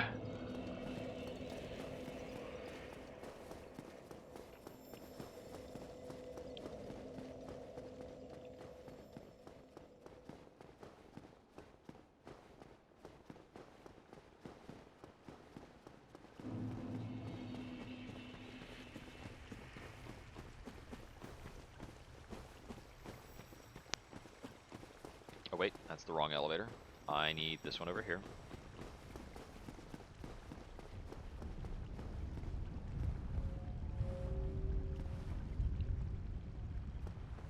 And just a quick reminder that, you know, at any point in time, whether it's late in the fight or the beginning of the fight, it's always just 2 hits to kill you. You just need to dodge wrong twice. Theoretically, on that hand slap, if I'm wounded, I should be taking a back roll on that instead of a side roll. Or just like running out, because I might be able to get out of the range of the wrong way. I might be able to get out of the range of the attack more reliably than I can avoid the attack itself.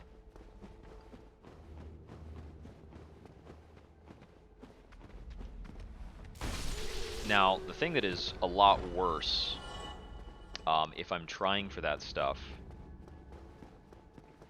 is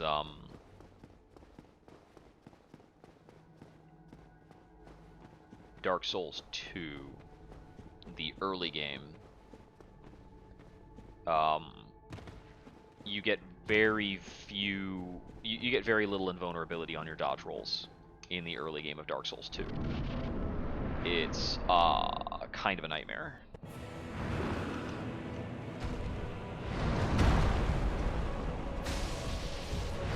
And it makes segments like that, where you're trying to avoid an attack by virtue of the invuln window, like super obnoxious.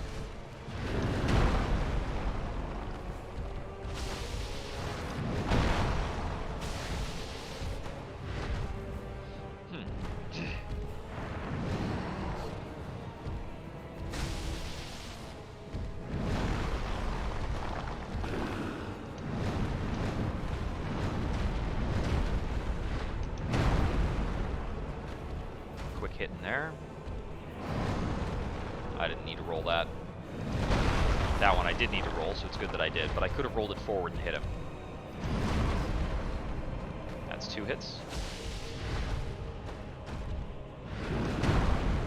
Should be 2 hits. No, it's possibly 2 hits is what that one is, because he can roll out of it. 2, 3.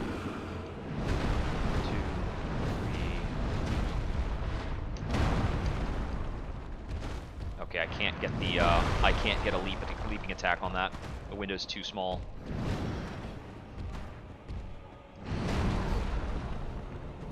Should be 2 hits.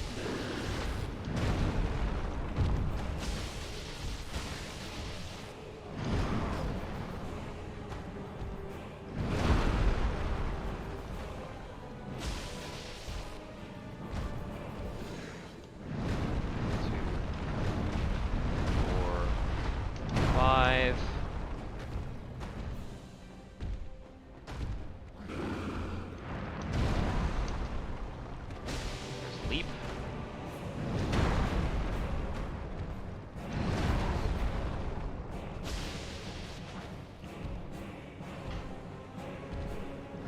I'm a little surprised the second attack whiffed. If I stayed locked on, the first attack would have whiffed as well. That was too early.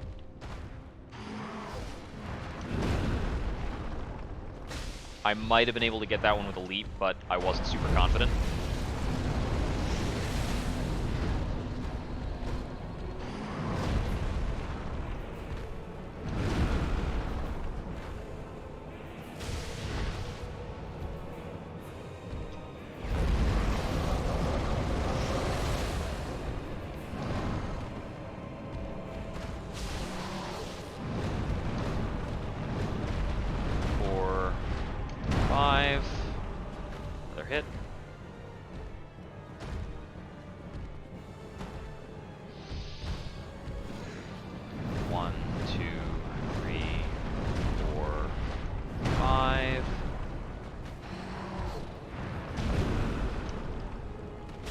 barely got that to line up right, but we hit it.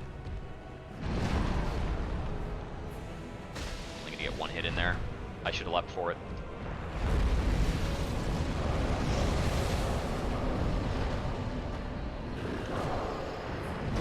That was a trolley shot. Hung her out. It was camping us.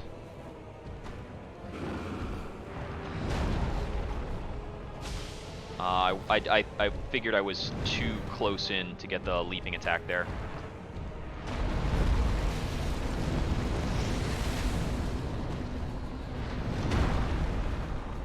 I think I could get 2 hits there? I could. I got hit by the feet.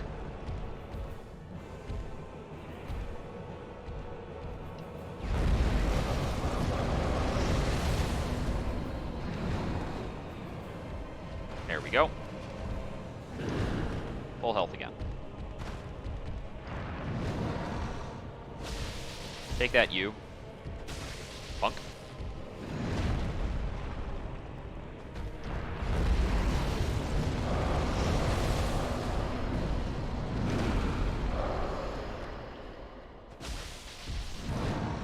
Woo!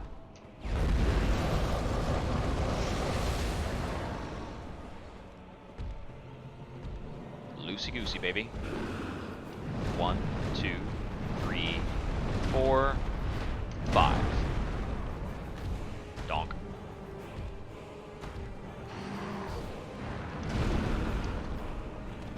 Zow. 1, 2.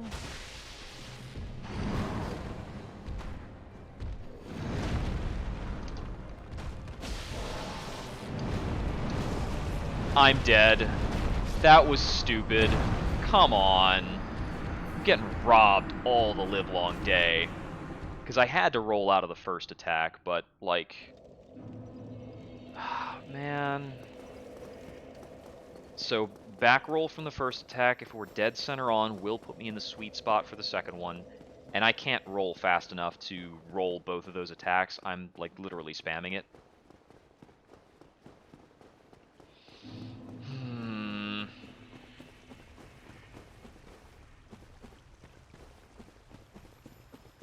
Was I spamming it or timing it? I don't even know anymore.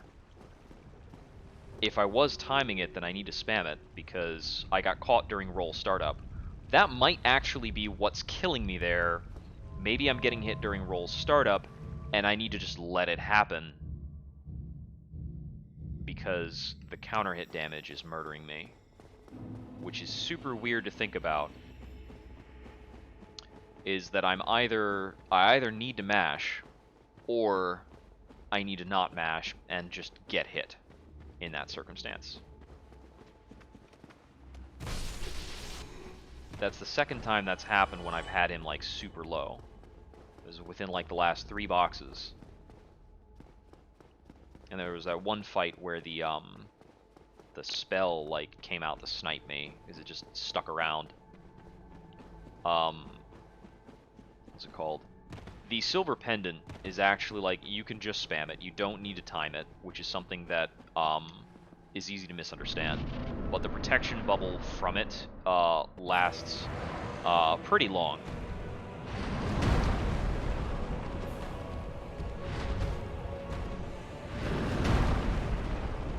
Actually ran low on stamina there because I used the leap. Got you there. This time is 2 hits.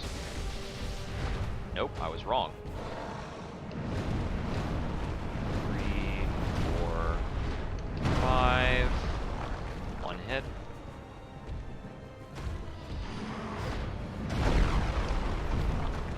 That actually forced me to unlock because he, like, moved too much. It's another thing that can happen.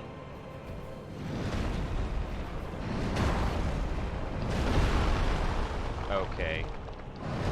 I get it. You're real angry.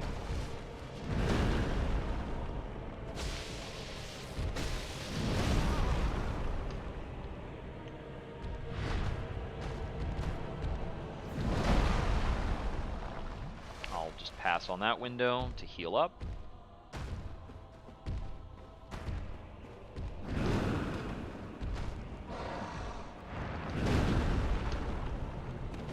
Oh, I should have gone for a regular hit. Alright, what you got? I dodged too far back.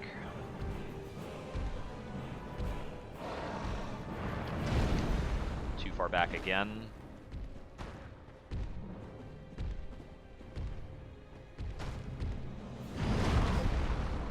That's 2 hits.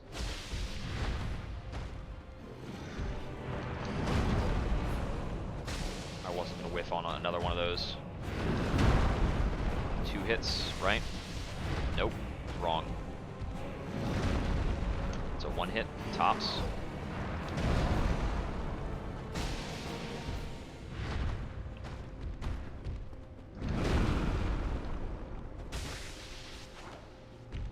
Thought I could get 2 hits there, but I was wrong.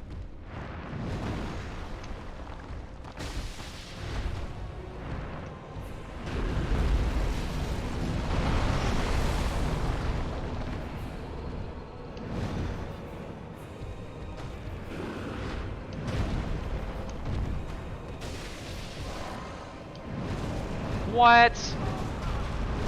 His second attack whiffed though, but I'm still dead.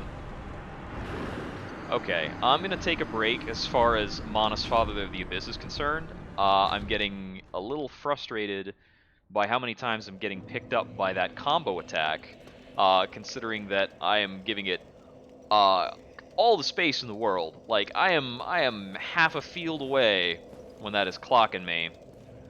Alright. I might be able to change up my armor to survive that more consistently as well. That might be an endeavor. I'm going to experiment with that next time I sit down and see if I can get a higher physical defense. I'm pretty sure the attacks that are wrecking me there are physical, and I might be able to live better if I go to, like, Havel's Ring and more upgraded armor. I'm going to do that before I get on stream next, so I'll do some tinkering offline. But anyways, thank you for tuning in. I'll catch you later.